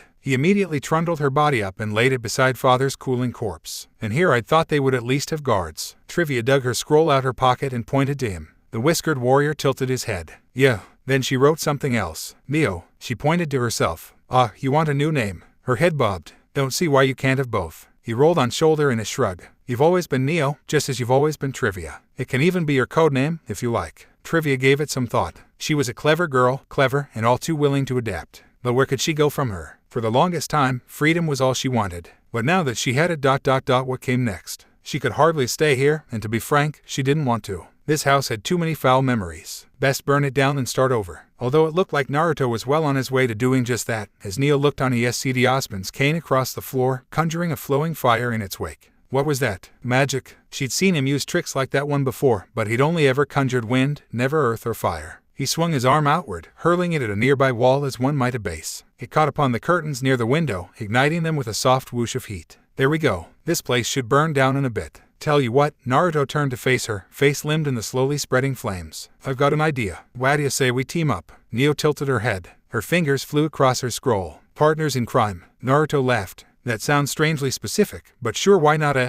and where you holding my hand? Trivia didn't give him the chance to protest further. She took hold of his right palm and yanked him forward with all her might. The second instant, he was off balance, she reversed course, launching herself into him to tackle him to the floor. From there she in his lap, sprawling herself atop him. She gave him a grin and nuzzled her cheek against his. He'd struck a chord in her very soul. Trivia, Neo, two halves of a greater whole, made once more. And she had him to thank for it. She was finally free. A tiny sniffle behind Neo and under the table reminded her of the third wheel. I want to go home. She sat up with a jolt. Blast it, she'd forgotten all about the girl. Bad Neo. She chastised herself. Bad. Why are you crying? Naruto did the same and looked her way, perhaps just now noticing the younger child clinging to her. You lost. She nodded as he tugged up his BLNDFLD again, but not before Neo glimpsed confusion in his eyes. She's sister or something. Neo shook her head. No, definitely not. Not this one. She would have remembered someone so small and so cute being in her family. Slowly but surely Naruto coaxed her from her hiding place. The girl sniffled, rubbing at her dirty, teary face. Neo took the chance to scrutinize her while she emerged. Dark hair, golden eyes, were those cat ears. She really was a faunus after all. Naruto sighed and scooped her up.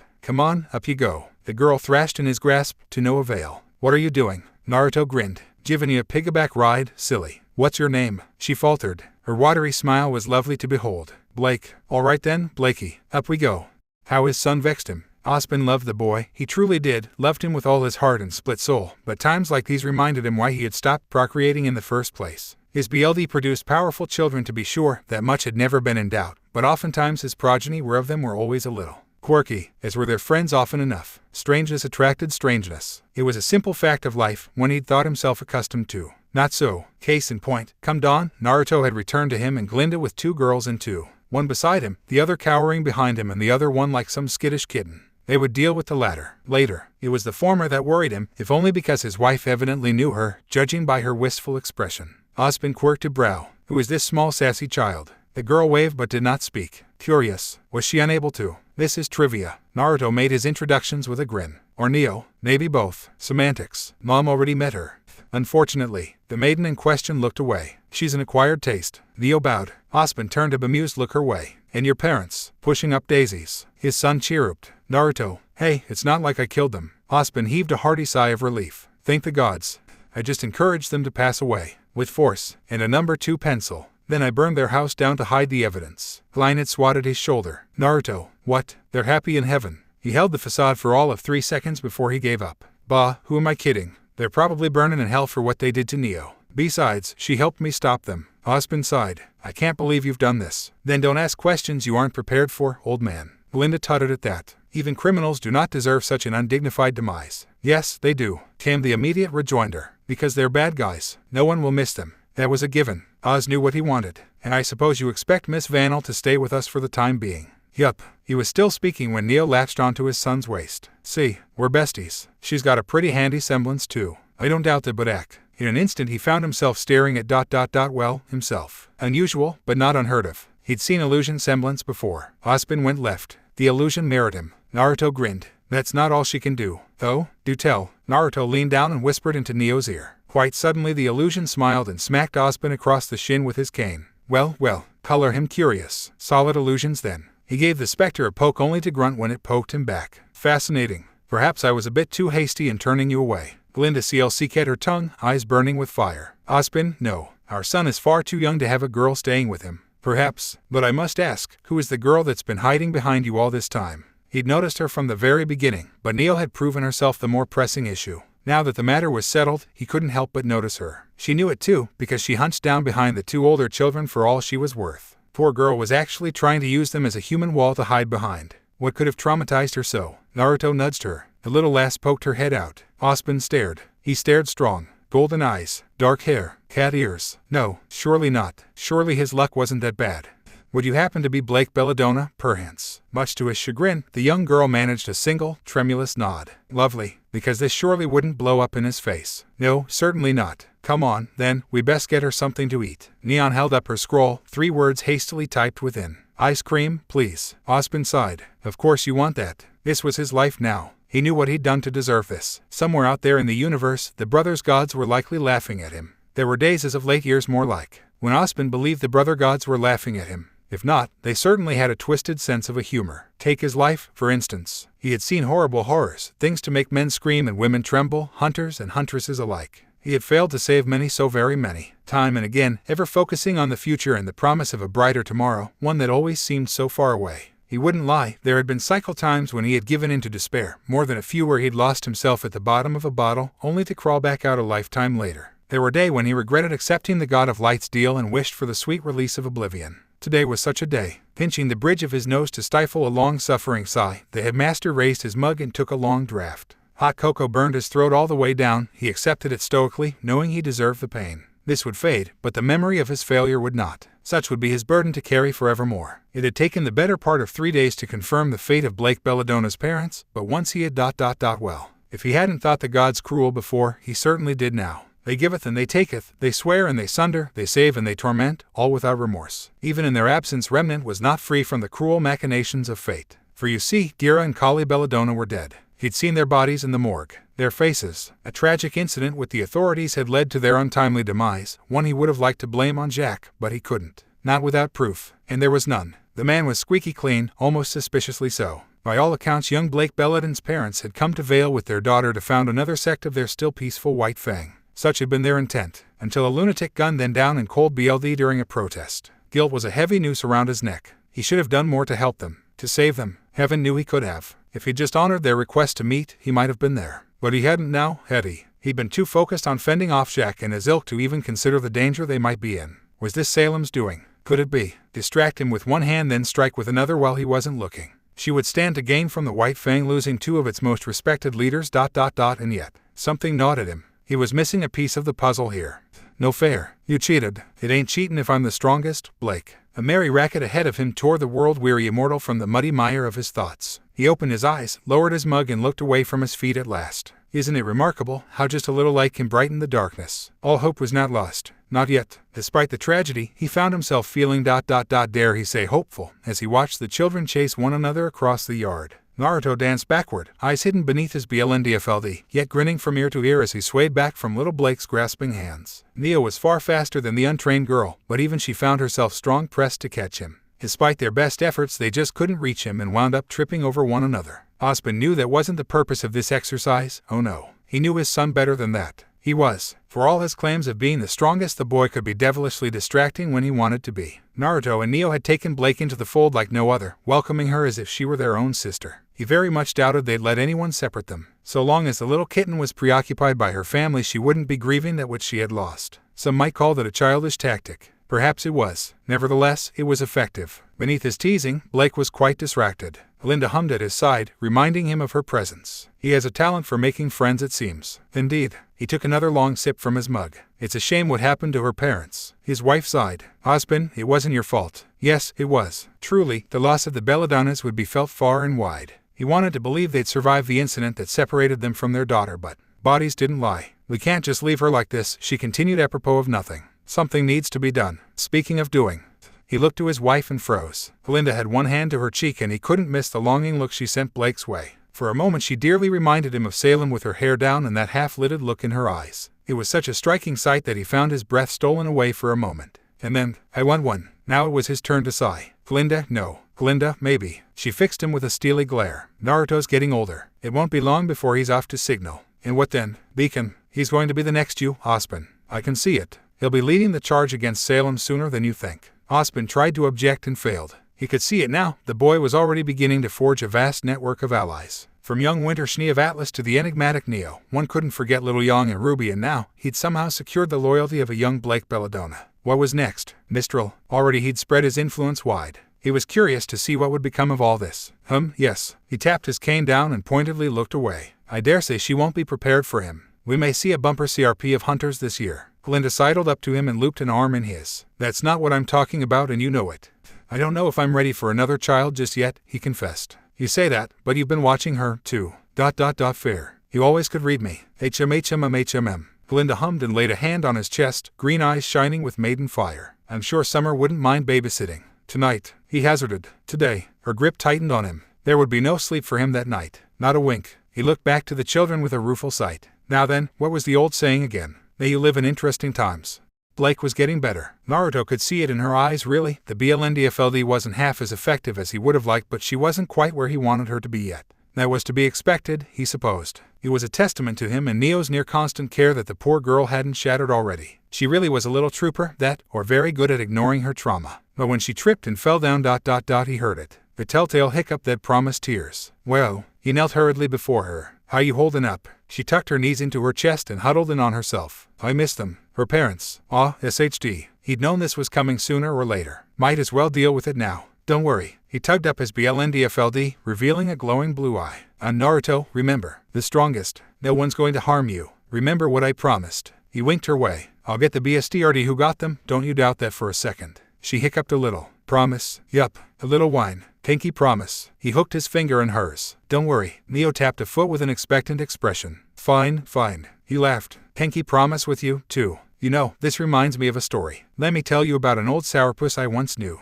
Sasuke sneezed. Baleful eyes looked to the horizon. He had the feeling somewhere, somehow, someway, Naruto was talking about him. They were improving. Sasuke took some small smidgen of satisfaction in observing Cinder and Emerald face one another from afar, not simply watching those who served under him grow in combat, but as people. They had taken to his training regiment with a few grumbles mostly on Emerald's part, but now months later they couldn't deny the results. Truly, their improvement spoke for itself. Already they were leaps and bounds better than the miserable wrecks they'd been before, not just in terms of physical strength but speed, stamina, even aura control. He suspected some synergy on their part. Cinder had been suspiciously quick to take Emerald in. He suspected she was just grateful to have someone else that was somewhat normal here. She was first, so that put her in charge of any newcomers. Doubtless she'd be bossing him about before long, and any other assets he happened to acquire during his travels. That suited him just fine. Let them be distracted by one another for now, so long as it kept them from chasing him. For you see, the game was finally afoot, and in a few years' time, he aimed to win it. Wouldn't Naruto be surprised to see he had minions of his own?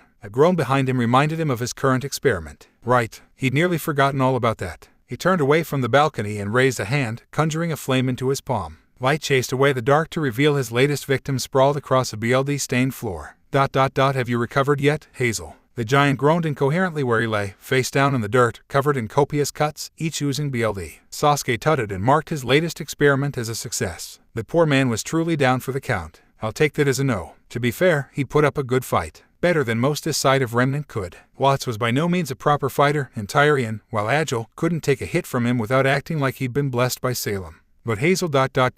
Hazel. His inability to feel pain coupled with rapid aura regeneration made him damnably difficult to face in a protracted battle. He'd been forced to strike strong and fast, then wear him down and bleed him out, striking his tendons and hitting his pressure points until the big brute just couldn't move anymore. He'd gotten rather good at that last bit. Neji would have been proud. Who knew? Perhaps the surly Hyuga had reincarnated somewhere in this wild world as well. He'd perished long before them, and fate could be a finicky beach at times. Maybe some way, somewhere, somehow, something had taken pity on him and given him the same second chance they'd received. Salem's spies were ever on the lookout for interesting individuals, or playmates, as she called them. He hadn't heard tell of any individuals with pale eyes and dark hair, but one never knew. It was an idle thought game on his part, albeit an unlikely one. Naruto and he were likely the only ones who went through a rebirth, and while it would have been nice to see a few old friends, it likely wasn't happening. Although, he mused aloud, stifling the flame in his fist, if anyone's been reborn with new abilities, that might be interesting. It's rather boring out here, sometimes. He really couldn't think of anything else that would make a Hyuga even more devastating in combat anyway. A single touch from them could already deal devastating damage. How did you improve upon that? Never mind Neji, just how powerful had Naruto become in his absence? He sensed him in the distance sometimes, growing stronger. Someday, Hazel lumbered to his feet in the gloom and bent the knee. My prince, it's nothing. Sasuke waved a hand his way, lost in thoughts all alone. Rest a while after mother heals you. You have my thanks for helping with my training. He didn't pay the giant any mind as he lumbered by. No more dwelling on the past or its potential. If he allowed himself to be consumed with such thoughts, he'd go mad. Moreover, it just wouldn't be any fun if he hunted Naruto down. Their reunion was something to be savored, a fine meal prepared with exquisite and extensive care, not some pre-packaged ramen cap you tossed in a microwave. Enough. Flinging himself off the balcony, he alighted in a pointed crouch at the foot of the tower. Cinder and Emerald took notice of him immediately and ceased their sparring. The former even bowed. EFL had a half-hearted wave their way and wandered out into the wastes, not bothering to give them any further instruction. If they wanted to follow, they could. No one would believe what they were about to see anyway. He wasn't surprised when they slunk after him. Girls would be girls, even in another life in another world. A dark shadow swooped overhead and he smiled. His wyvern was getting restless, it seemed. It would be time for another hunt soon. Seconds dragged into minutes as he walked on, then an hour, and still his followers followed. Oh, they thought they were being subtle about it, hiding behind rocky outcroppings and broken bits of dust crystals, but he was a shinobi. He'd cut his teeth on stealth in his last life, and his eyes could detect the slightest of movements miles away. Still, he'd praised them a little for lasting this long. He walked aimlessly for a bit longer, then finally stopped when he felt the moment and place was right. I think I can finally do it now. He considered the target before him. If my new technique can pierce aura and flesh, then the natural next step up would be. He looked up, regarding a massive mountain before him with a smile, placed his hands together in a eldritch seal. Chakra strained against magic, lashed by aura until his hands trembled from the strain of holding it all in. A new technique deserved a new name. What to call it? This was his world, his domain. Aha. That was it. Why hadn't he thought of this before? Domain expansion. The mountain and everything around it was carved into countless pieces. A moment of silence passed. Sasuke smiled ... and began to laugh. That's more like it. Let's see him beat that. He would continue to train and improve, steadily sharpening his skills, until the day they met again, wherever Naruto had reincarnated. Winter stabbed Naruto in the face. To be fair, she really did try, put all her effort into it, really. Her blade didn't reach him, of course. It came close, but slowed just short of striking him. Sparks skittered through the air as she struck the unyielding barrier of his limitless and found her assault stalled. He grinned and walked forward, flaring his semblance with every step, forcing it to expand. The more she strained against him, the more he amplified the power of his soul. Something had to give. It was her. Winter gave ground at last, unable to stand up to him through brute strength alone. She might be older than him, taller than him, perhaps even stronger, but those aspects meant nothing here. For every step she took he advanced in return, pushing her back again now, until her spine struck a nearby tree. He pressed the advantage and immediately she found herself flattered against it, held in place. He could have killed her, then flared as limitless until he crushed her against the tree and rendered her a red pulpy mass. Instead he smiled, reached up, and cupped her chin with his left hand. What have we learned? Winter glowered down at him. Unable to push through, unable to slash him down, unable to breach what had thus far proven to be an insurmountable wall, the elder Schnee instead had her free hand down to her belt. Naruto watched her with one eye, made mildly curious even as her blade continued to grind impotently against his defense. A smile split her face, just as maddened as his own. To expect the unexpected. When she dropped a smoke bomb on him, he almost laughed. Thick acrid plumes of dark haze assaulted his nose, causing his eyes to water. It couldn't harm him, of course, but it could make him cough and obscure his vision, if only for a moment. If that was all it took to make him release his semblance, he would have been bested a long time ago. Still, he let her go on a lark, eager to see what manner of trick she would come up with next. Good. He clapped, delighted as he heard her scramble into the smoke. That's thinking outside the box. Nobody would expect a Schnee to do that. He'd anticipated just such a thing, of course, but he wasn't about to tell her that. It would take the wind right out of her sails. A FLC curve movement in the smoke drew his eye and he whirled, clearing the haze with a wave of his hand. As entertaining as this little excursion was, he really ought to find her before she turned the rest of the ring to her advantage. A swarm of white nevermore filled the entirety of his vision. An icy cage of winged death, from which there was no mistake. Sneaky girl. He'd lost sight of her, and she'd taken the opportunity to hide, but she would. His sixth sense shrilled a warning. Winter didn't so much crash through the swarm of nevermore as she did dive. Elegantly sweeping under her flock, she swept at his legs, forcing him to block. The second he did, she stabbed upward at his throat. He swayed aside in return, only to see a spark of cold triumph burning in those ice blue eyes. He'd walked right into her trap. Ice sprouted from the dirt, ruining his footing. Her lips parted, forming a single word. Gotcha. Naruto CLC'd his tongue and crossed his arms before his face, for all the good it did him.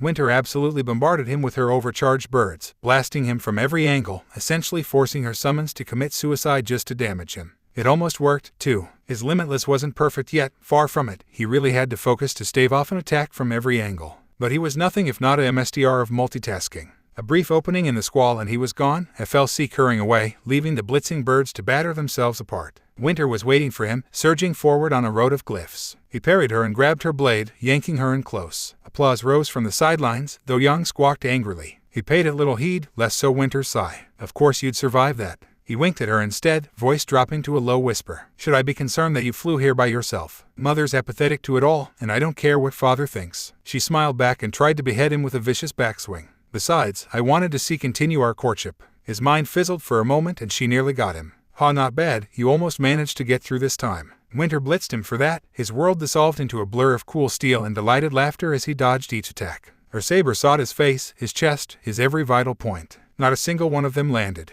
A few all but came close, mind you, yet he knew the outcome. His eyes had already shown him the way. Come on, you can do it. He lifted his BLNDFLD to peek out at her, blue eyes shining bright, and pumped a fist in encouragement. You're doing great. Am I? She slumped and wiped a bead of sweat from her brow. I can't seem to hit you. Well, we could have Neo try. His mute partner in crime perked up on the sidelines and held up a sign etched with a single word. Mind. Winter made angry winter noises and swiped at him. Never mind. I'm fine. Not his intention, but she was motivated again, so he'd take it. Limitless was something he needed to actively maintain these days, something he could increase or decrease at will. It wasn't perfect. There were gaps and Ozpin had found ways to exploit him, but then again, he was dad, so that was to be expected. Against other opponents, he needed to find a way to render it automatic, to make it react faster than thought, reflexive, even, but just couldn't find a way. Still, this gave him an excuse to try some of his more esoteric techniques. Amplification, blue. He dropped Limitless and moved a palm forward, yanking Winter into his arms with pure psychic force. She really was the best to test his new techniques on. Mom and Dad would just dodge them, but this way he could actually see that they could.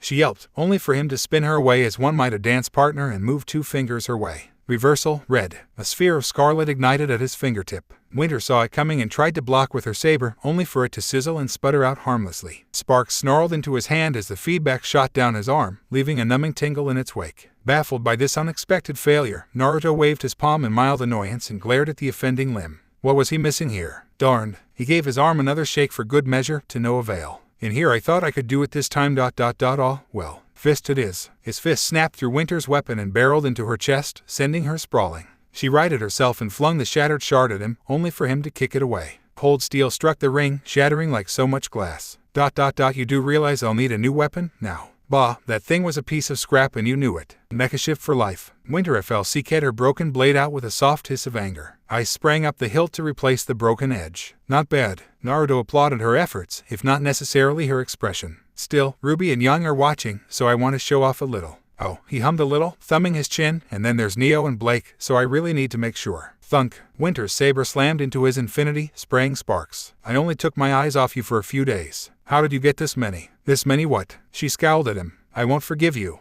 Oi. Forgive what? Was it something I said? I'm the senior here, not you. So why do you have a HRM? He laughed and that did it. She was after him, a storm of semblance and glyphs. Ruby wasn't jealous. Really, she wasn't. She was. She absolutely was as she watched Naruto and Winter dance across the yard, because that's what this was. Not a fight, but a dance. They flitted back and forth like 2 performers, each move full of peerless, grace-filled poise, no attack wasted, no defense given without a counterattack. They made it look easy, simple and clean, and she wanted that. Sure, she knew she was too young to throw down with the older kids yet, younger than Winter, younger than Neo, younger than Young and Blake, the latter of who Naruto had apparently gone and adopted for reasons she didn't understand, but still. More than this, more than anything, her heart wanted to be out there. She wanted to fight them both at once, use her semblance to try and get past Naruto's own Limitless while fending off swarms of Grim from Winter. To test her limits and prove that one day, she would be just as strong, just as fast, just as awesome as these two. And she would have ... but she didn't have a weapon. Not here. Not yet. She was still building Crescent Rose. Her baby wasn't ready, no matter how much she might wish it otherwise. Mom was gonna take her to get more parts tomorrow. Building a dual-action sniper scythe wasn't just strong, it was expensive, and Leon didn't grow on trees. He's strong, isn't he? She looked Blake's way, surprised that she'd spoken at all. She'd almost thought her mute, like Neo. Of course he is. He's my best friend. Yang snorted. No, I saw him first. Ruby sniffed. First is the worst, second is the best. Blake rolled her eyes. Nonsense. Third is the one with the treasure chest. Uo, that meanie. She wanted to argue more, to tell them otherwise, that they were wrong. But Nuo, she couldn't do that, because Mom said she had to sit here, had to watch, had to be a good girl. So what could she do? Her legs moved. Ruby wasn't even aware of her own actions until she flung herself at Winter and Naruto and swept the back of Winter's legs. The Schnee went down with a startled shriek, unprepared for the sudden strike at her flank. She righted herself quickly, but the damage had been done. Naruto drove her back with a well-placed punch. And then she rounded on him. Whoa there. Naruto dodged backward with a merry laugh, only to find himself under attack a heartbeat later. A new challenger approaches. They got Yang involved, which dragged Neo in, and of course Blake didn't like being left alone, so it all dissolved into one mad brawl. It wasn't a proper fight, not really. She didn't have a weapon, and neither did Yang or Blake, but Neo did, and between her and Winter, Naruto found himself pressed. Or he pretended to be. She didn't know. Maybe he was humoring them. Maybe he wasn't. But it didn't matter, because she was finally a part of things and YIPE. Naruto grabbed at her with his right hand, simultaneously leaping over a lunging Blake and booted Yang in the back. She vanished in a cloud of crimson petals just before his fingers could brush her face, denying him his win. Neo came crashing through them to stab at his face, even as Winter struck from the other side. Neither blow landed. Ruby tumbled backward, blinking once. From this angle it really did look like they were stabbing empty air. But she could see it. The telltale shimmer just over their weapons, the sparks spitting from steel and ice as they tried and failed to break through. Good. He clapped his hands. But there's something you fail to realize. The harder you try to negate my technique, the more I have to push. Which means, Ruby sensed the sudden spike of aura and flashed away with her semblance. The others weren't so fortunate or quick enough to dodge. Naruto blasting them all clean off their feet. He rounded on a recovering Neo and drove a crushing knee into her gut. She dropped with a silent wheeze. Winter leapt to her defense, only for a hammer blow to send her sprawling as well. Yang had only just found her footing when he grabbed her by the head and smashed her down into the mat. Her aura nosedived into the yellow. Blake leaped onto his back and clawed at him before he could let go. He didn't even deign to retrieve her, instead driving his skull backward in a stern headbutt. She crumpled with a gasp, momentarily out the fight. Still smiling, Naruto round on Ruby, looking mightily pleased with himself. He clapped his hands. Care to try again? She squeaked. Meep. Winter and Neo jumped him again and she dove after them. It was the best day of her life. Better than cookies, even. Well, maybe not cookies. Mom and Dad found them like that, everyone tangled up in one another, laughing their heads off. It was also the beginning of the end. Apparently Winter liked to text ... even if she was breathe at it. Naruto wasn't shy about that. Really, she was. So much so, that she texted him at all odd hours of the day, even at night. Especially at night. Such was the case with which he found himself at this very moment. I didn't upset you today, did I? He stifled a yawn behind his hand and considered not replying. Really, he wanted to sleep. But, nah, you're not lying. Don't respond immediately, hoy. She really was bad at texting. He keyed in a quick response. We had a long day. Why are you even up? I can't sleep. Naruto quirked a brow. Why, nightmare. Ouch. His smile died an ugly death. And what do you want me to do about that? ...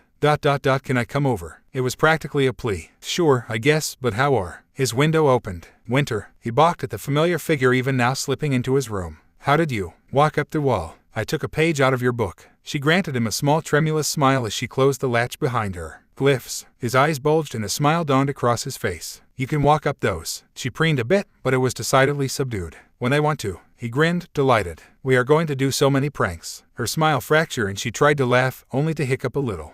But not tonight. Did you want to? Winter nodded once, ever so softly. Here. He beckoned to his bed. Schnees liked to cuddle. Who knew? Apparently the cold hand's warm heart saying was true. She didn't even try anything, bless her. The moment he beckoned her over she practically leaped into his bed, dove under the covers snuggled up against him and...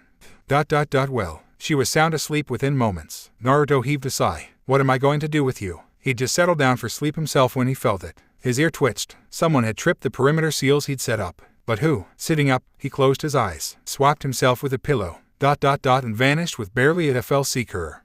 He was waiting for her. Where do you think you're going, Auntie Summer? Summer didn't know how, didn't know why, only that he was. Why was he here? How had he arrived ahead of her? How did he know about her mission? So many questions, not a single answer to be found. He was just standing there, leaning against a battered old tree, idly fiddling with his BLNDFLD as though it were some sort of toy, grinning as though this were some sort of game. And perhaps it was to him. She swore softly. Damn it. Well, he crooned at her. Where do you think you're going so late at night? You promised to take Ruby out for weapon parts tomorrow morning. Ozpin's son was a strange one. She'd be the first to admit it. Naruto was something of an odd duck, even amongst the children of hunters and huntresses. At a glance he seemed to have inherited nearly all of Ozpin's eccentricities and none of the common sense of his mother, but Glinda's iron will had reared its head at the strangest of times. Most days she thought him harmless, a mere boy trying to find his way in the world. But here and now ...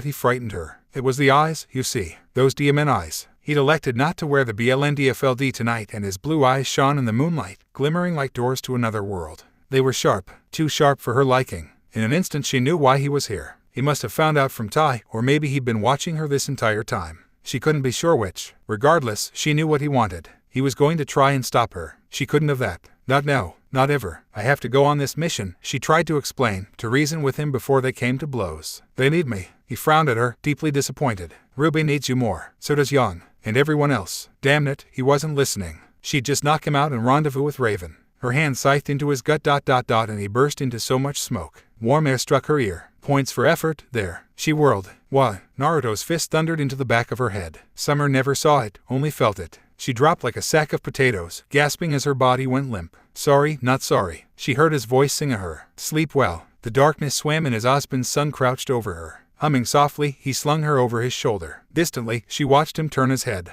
Then she knew no more. He was looking at her, right at her, directly at her. How in blazed had he noticed her? Raven couldn't think, couldn't blink, could barely even bring herself to breathe. Breathe.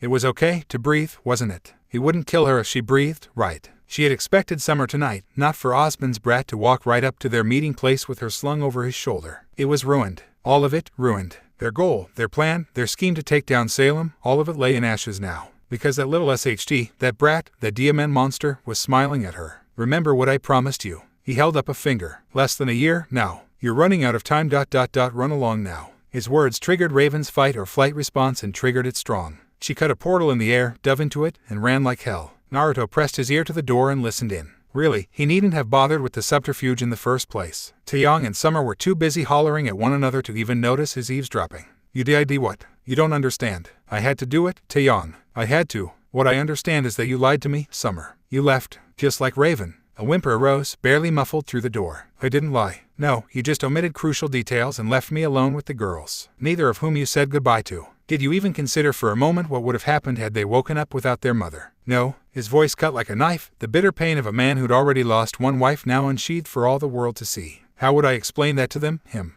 How am I to tell them you ran off alone in the middle of the night? I wasn't alone. I was with Raven. That's even worse. You trusted her of all people, but not me and Kuro. Because it was the only way. I did it for them, Tai. Salem has to be stopped before it's too late. You did it for yourself, Summer. He could almost taste the despair lurking within his fellow blonde's voice, the palpable frustration of a father who had nearly lost everything and survived, only to find himself face to face with that same specter of loss once more. Always the hero, always forging ahead, always charging in without a second thought. You never could let things be, even back in Beacon. Salem is immortal. I'm the only one who, I don't care. Let someone else deal with that beach. Taeyong Zayolong. I know you don't mean that just now. I do, Summer. I'm done risking my family in this insane war. I'm not risking anyone. Listen, I have a plan. If you would just hear me out. Sure, like you heard me out before. That wasn't what I meant. On and on it went without end, their voices peaking ever higher in distress as they railed at one another. Naruto gave it another minute, then blew out a sigh and stepped back from the door. He knew a lost cause when he heard one. These two would be at it all night, if not longer. He'd kill to have Kuro around right now if only he wasn't halfway across Remnant. When he'd captured Summer and dragged her back, he hadn't thought to inform Dad. Ozpin meant well most of the time, but he and Mom could be so darn nosy. Best to keep it in the family, you know. He'd figured Taeyong and Summer would shout at one another for a few minutes, have a good cry and be done with it. Simple, right? Nope. In all fairness, he hadn't expected it to blow up in his face like this. They'd been at it for the better part of an hour now, with no signs of slowing down. Neo had given up 5 minutes in, snatched up little Blake and vanished somewhere. Winter might have mumbled something about calling her sister before bolted. He couldn't even blame the three of them for hiding. This was a personal matter and their own family situations weren't exactly the best now, were they? Blake's parents were gone. Neo's mom and dad had been SHG, while Winter's wasn't much better. Apparently she had a little sister and a baby brother. No, not important right now. For now the most important thing was taking care of Yang and Ruby. Nothing else mattered. He could sense them lingering in the living room watching cartoons. He'd cranked the volume up to prevent them from hearing anything their parents might have. Whipping out his scroll, he keyed in a quick message to his old man. Summer did something stupid again. Intervene, please. His finger hovered over the send button. He paused, considering, then added, Who or what is Salem? And sent. There, crises averted. Why are Mommy and Daddy fighting? Crisis not averted. Repeat, crisis not averted. DEFCON 1. All hands to battle station. Naruto's gaze snapped down and peeked out over his BLNDFLD to find little Ruby Rose tugging on his sleeve. She stared up at him, clad in her red pajamas, clutching a small grim plush to her chest. Her wide silver eyes shone with unshed tears as her lower lip trembled, a waterfall sure to follow if he didn't answer correctly. Oh dear, they're not fighting, sweetie. He lowered the infinity between the two of them, crouched down, took the tiny Reaper by the shoulders, and drew the frightened girl her into what he hoped was a warm embrace. They're just having a disagreement. How best to explain it to her? He settled for a modified version of the truth. You see, your mommy tried to go somewhere far away without telling your daddy. Mom tried to leave. Naruto's head snapped up. Yang stood behind her sister in her own golden pajamas, looking positively stricken. CRP. Yang, just wait. He held up a hand, still keeping a trembling Ruby close with the other. You didn't let me finish. A pillow bounced off his head, followed by another. You're a liar. Summer would never leave. Liar. Darn it all. He knew what was coming next, but with Ruby in his arms. He wasn't quite quick enough to stop her. Yang fled. Red eyes opened in the gloom. Something began to move. Little bird. Sasuke's head snapped up abruptly, eyes flying wide open in sudden surprise. He'd sensed something just now, a stabbing pain and sudden start. Craning his neck, he looked to the stormy horizon and scowled. There it was, to the east, a faint pulse of something. Try as he might, he couldn't put his finger on it. What in blazes was that? Omen's blade bit deep into the bark of a tree. Yet again, its edge failed to cut through. Raven slumped to her knees, and the thunder rolled. She hung her head. No, please no. Young ran. Through brush and bush and bramble she fled, running headlong, heedless to her surroundings. It didn't matter where she ran, so long as it was away from Naruto and his lies. She heard him call her name in the distance, but that only made her angrier. Her lively lilac eyes flashed red as she ran on, deeper into the forest, tears burning away into so much steam. Liar, liar, liar. He was a dirty no-good liar. She'd never listen to him again. Summer would never run away. Not like that. She'd never leave them. She wasn't Raven ... She could never be Raven ...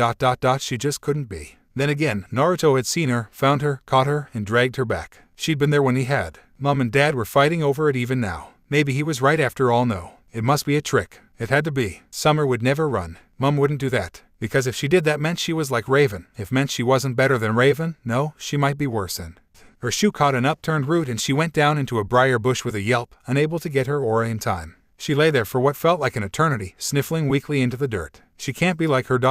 She just can't. Despair wasn't a strong enough word to describe she was experiencing in this moment. She felt grief, anguish, loss, the bitter realization that the woman she'd placed on a pedestal all these years was no different than her own mother. She'd left in the middle of the night, same as Raven, but Summer had the gall to lie and say she was going on a mission. There had been no mission. She wasn't even sure what her mum was doing, but she'd been clear across Mistral when Naruto caught her. Which meant, a low growl overhead brought her up short. Young's eyes went wide. Terror wiped her every thought away. Frantically, she clamped both hands over her mouth and went absolutely still. She didn't move. She absolutely did not dare to move. She SCK in a ragged breath and held it for dear life. The shadow came a second later, eclipsing her completely and utterly. She heard its owner sniff once, twice, thrice now, before lumbering on with a discontented noise. It walked right past her, heedless of her body in the brush. More footsteps echoed in the gloom. Grim. Had to be. A really big one, too. Bigger than anything she'd ever seen. Wait. Grim were drawn by negativity. She was being pretty darn negative right now, wasn't she? A towering shape loomed over her. Against her better judgment, Young looked up.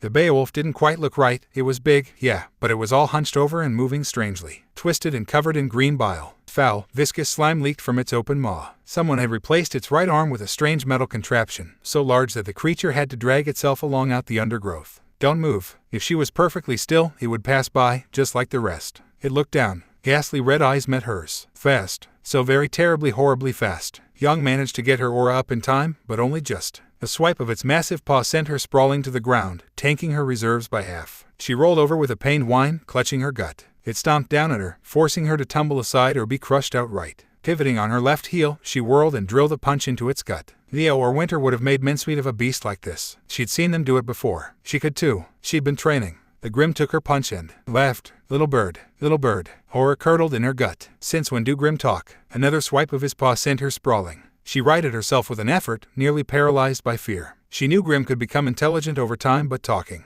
It loped closer. Little bird, little bird. Was that all it could say? Maybe it wasn't intelligent after all. Little bird, little ... bird ... little ... bird ... Something snapped deep inside her. Stop talking. She shouted at it, and the Grim actually paused for a moment. She flung herself at it with a yowl, only for the beast to bat away her clumsy punch with ease. A clawed paw swiped down, bloody her arm to cast her aside into a tree. Her back struck bitter bark and breath burst from her lungs as she slid down its shattered length. I'm not strong at all, am I? Tears ran down her cheeks. I'm weak. The Grim loped forward. She'd given it her all. It wasn't enough. And now she would die for her weakness. The Beowulf lunged, jaws snapping at her face. She shielded her face with both hands. Mom, I'm sorry. BLD splashed across her face. It wasn't hers. Young realized it a second later, because there was no pain, no agony, no nothing. She heard heavy breath accompanied by the frustrated growl of the Grim. Even then she didn't dare move for fearing of being skewered on the spot. All the world had gone silent, but she instinctively knew she wasn't out of the woods yet. Raven hadn't come to save her. As nice as that would have been, it seemed that Beach of a Bird was too afraid. Screw her. She didn't need her. ...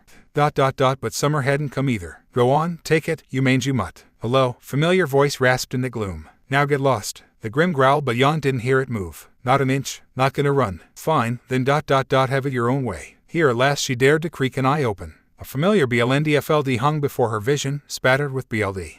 Wait, why was hay? Someone DD'd over her eyes and held it there to blind her. The cloth was strangely opaque. She couldn't see a thing through it, even with both eyes. When she tried to push it away, a warm hand settled over hers and ever so gently it backed down, preventing her from seeing what lay before her. Don't look. Wait a minute. She knew Naruto's voice. This'll be over soon. A lone word followed. Just a one. RASENSHURIKEN. An awful keening crunch filled the air, punctuated by the Grim's short-lived scream. Still alive. She heard his all-too-familiar sigh. He tried to hurt someone very important to me, you know. In that case, let's use. Red. An ominous splat filled the forest. Yang lifted the BLNDFLD off her head. ... and immediately wished she had not. Dawn broke at last. What a bitter dawn it was. Half the forest was scorched and devastated. Of the Grim, she saw nothing. Naruto stood triumphant ... but missing his right arm. Her face paled at the sight of his injury. Her fault. All her fault. It was all her fault. He must have flung himself between her and the Grim and gotten it bitten clean off. She could see the ugly red tear where his elbow was, see the BLD dribbling down the ruined stump of his arm. Worse, she could see the wound in his stomach, an ugly red slice that suggested he'd been run through by something. That, at least, could heal, but ... but ...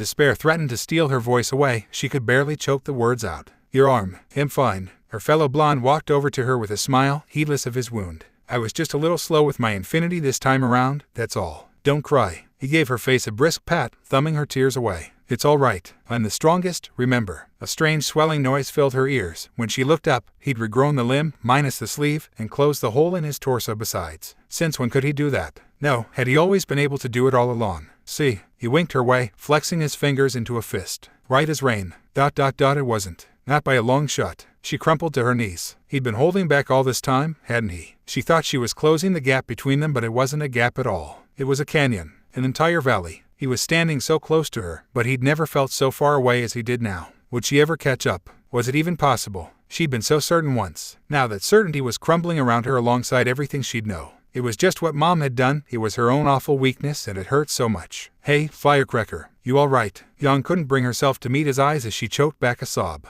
Am I weak? He knelt before her and made her look at him. You're not weak, silly. I'm just older than you. That's all. She glared and her semblance flared, eyes flashing a fiery red. Then I'll get stronger. Incredibly, his smile softened. All right, get strong. Naruto FLC hit her forehead. Strong enough to fight me, strong enough to hold your head high and never be afraid again. But until you do ... it's okay to cry. She hiccuped. You never cry. Of course I do. He patted her head. I'm human, just like you. His words broke her. She warbled once, then the dam burst. Yang buried her head into his chest and bawled. Okay, sadly the chapter is over. And if you enjoyed, just leave a like and subscribe with post notification. So when the next chapter is ready, you will be notified. Okay, see you in the next video. Bye.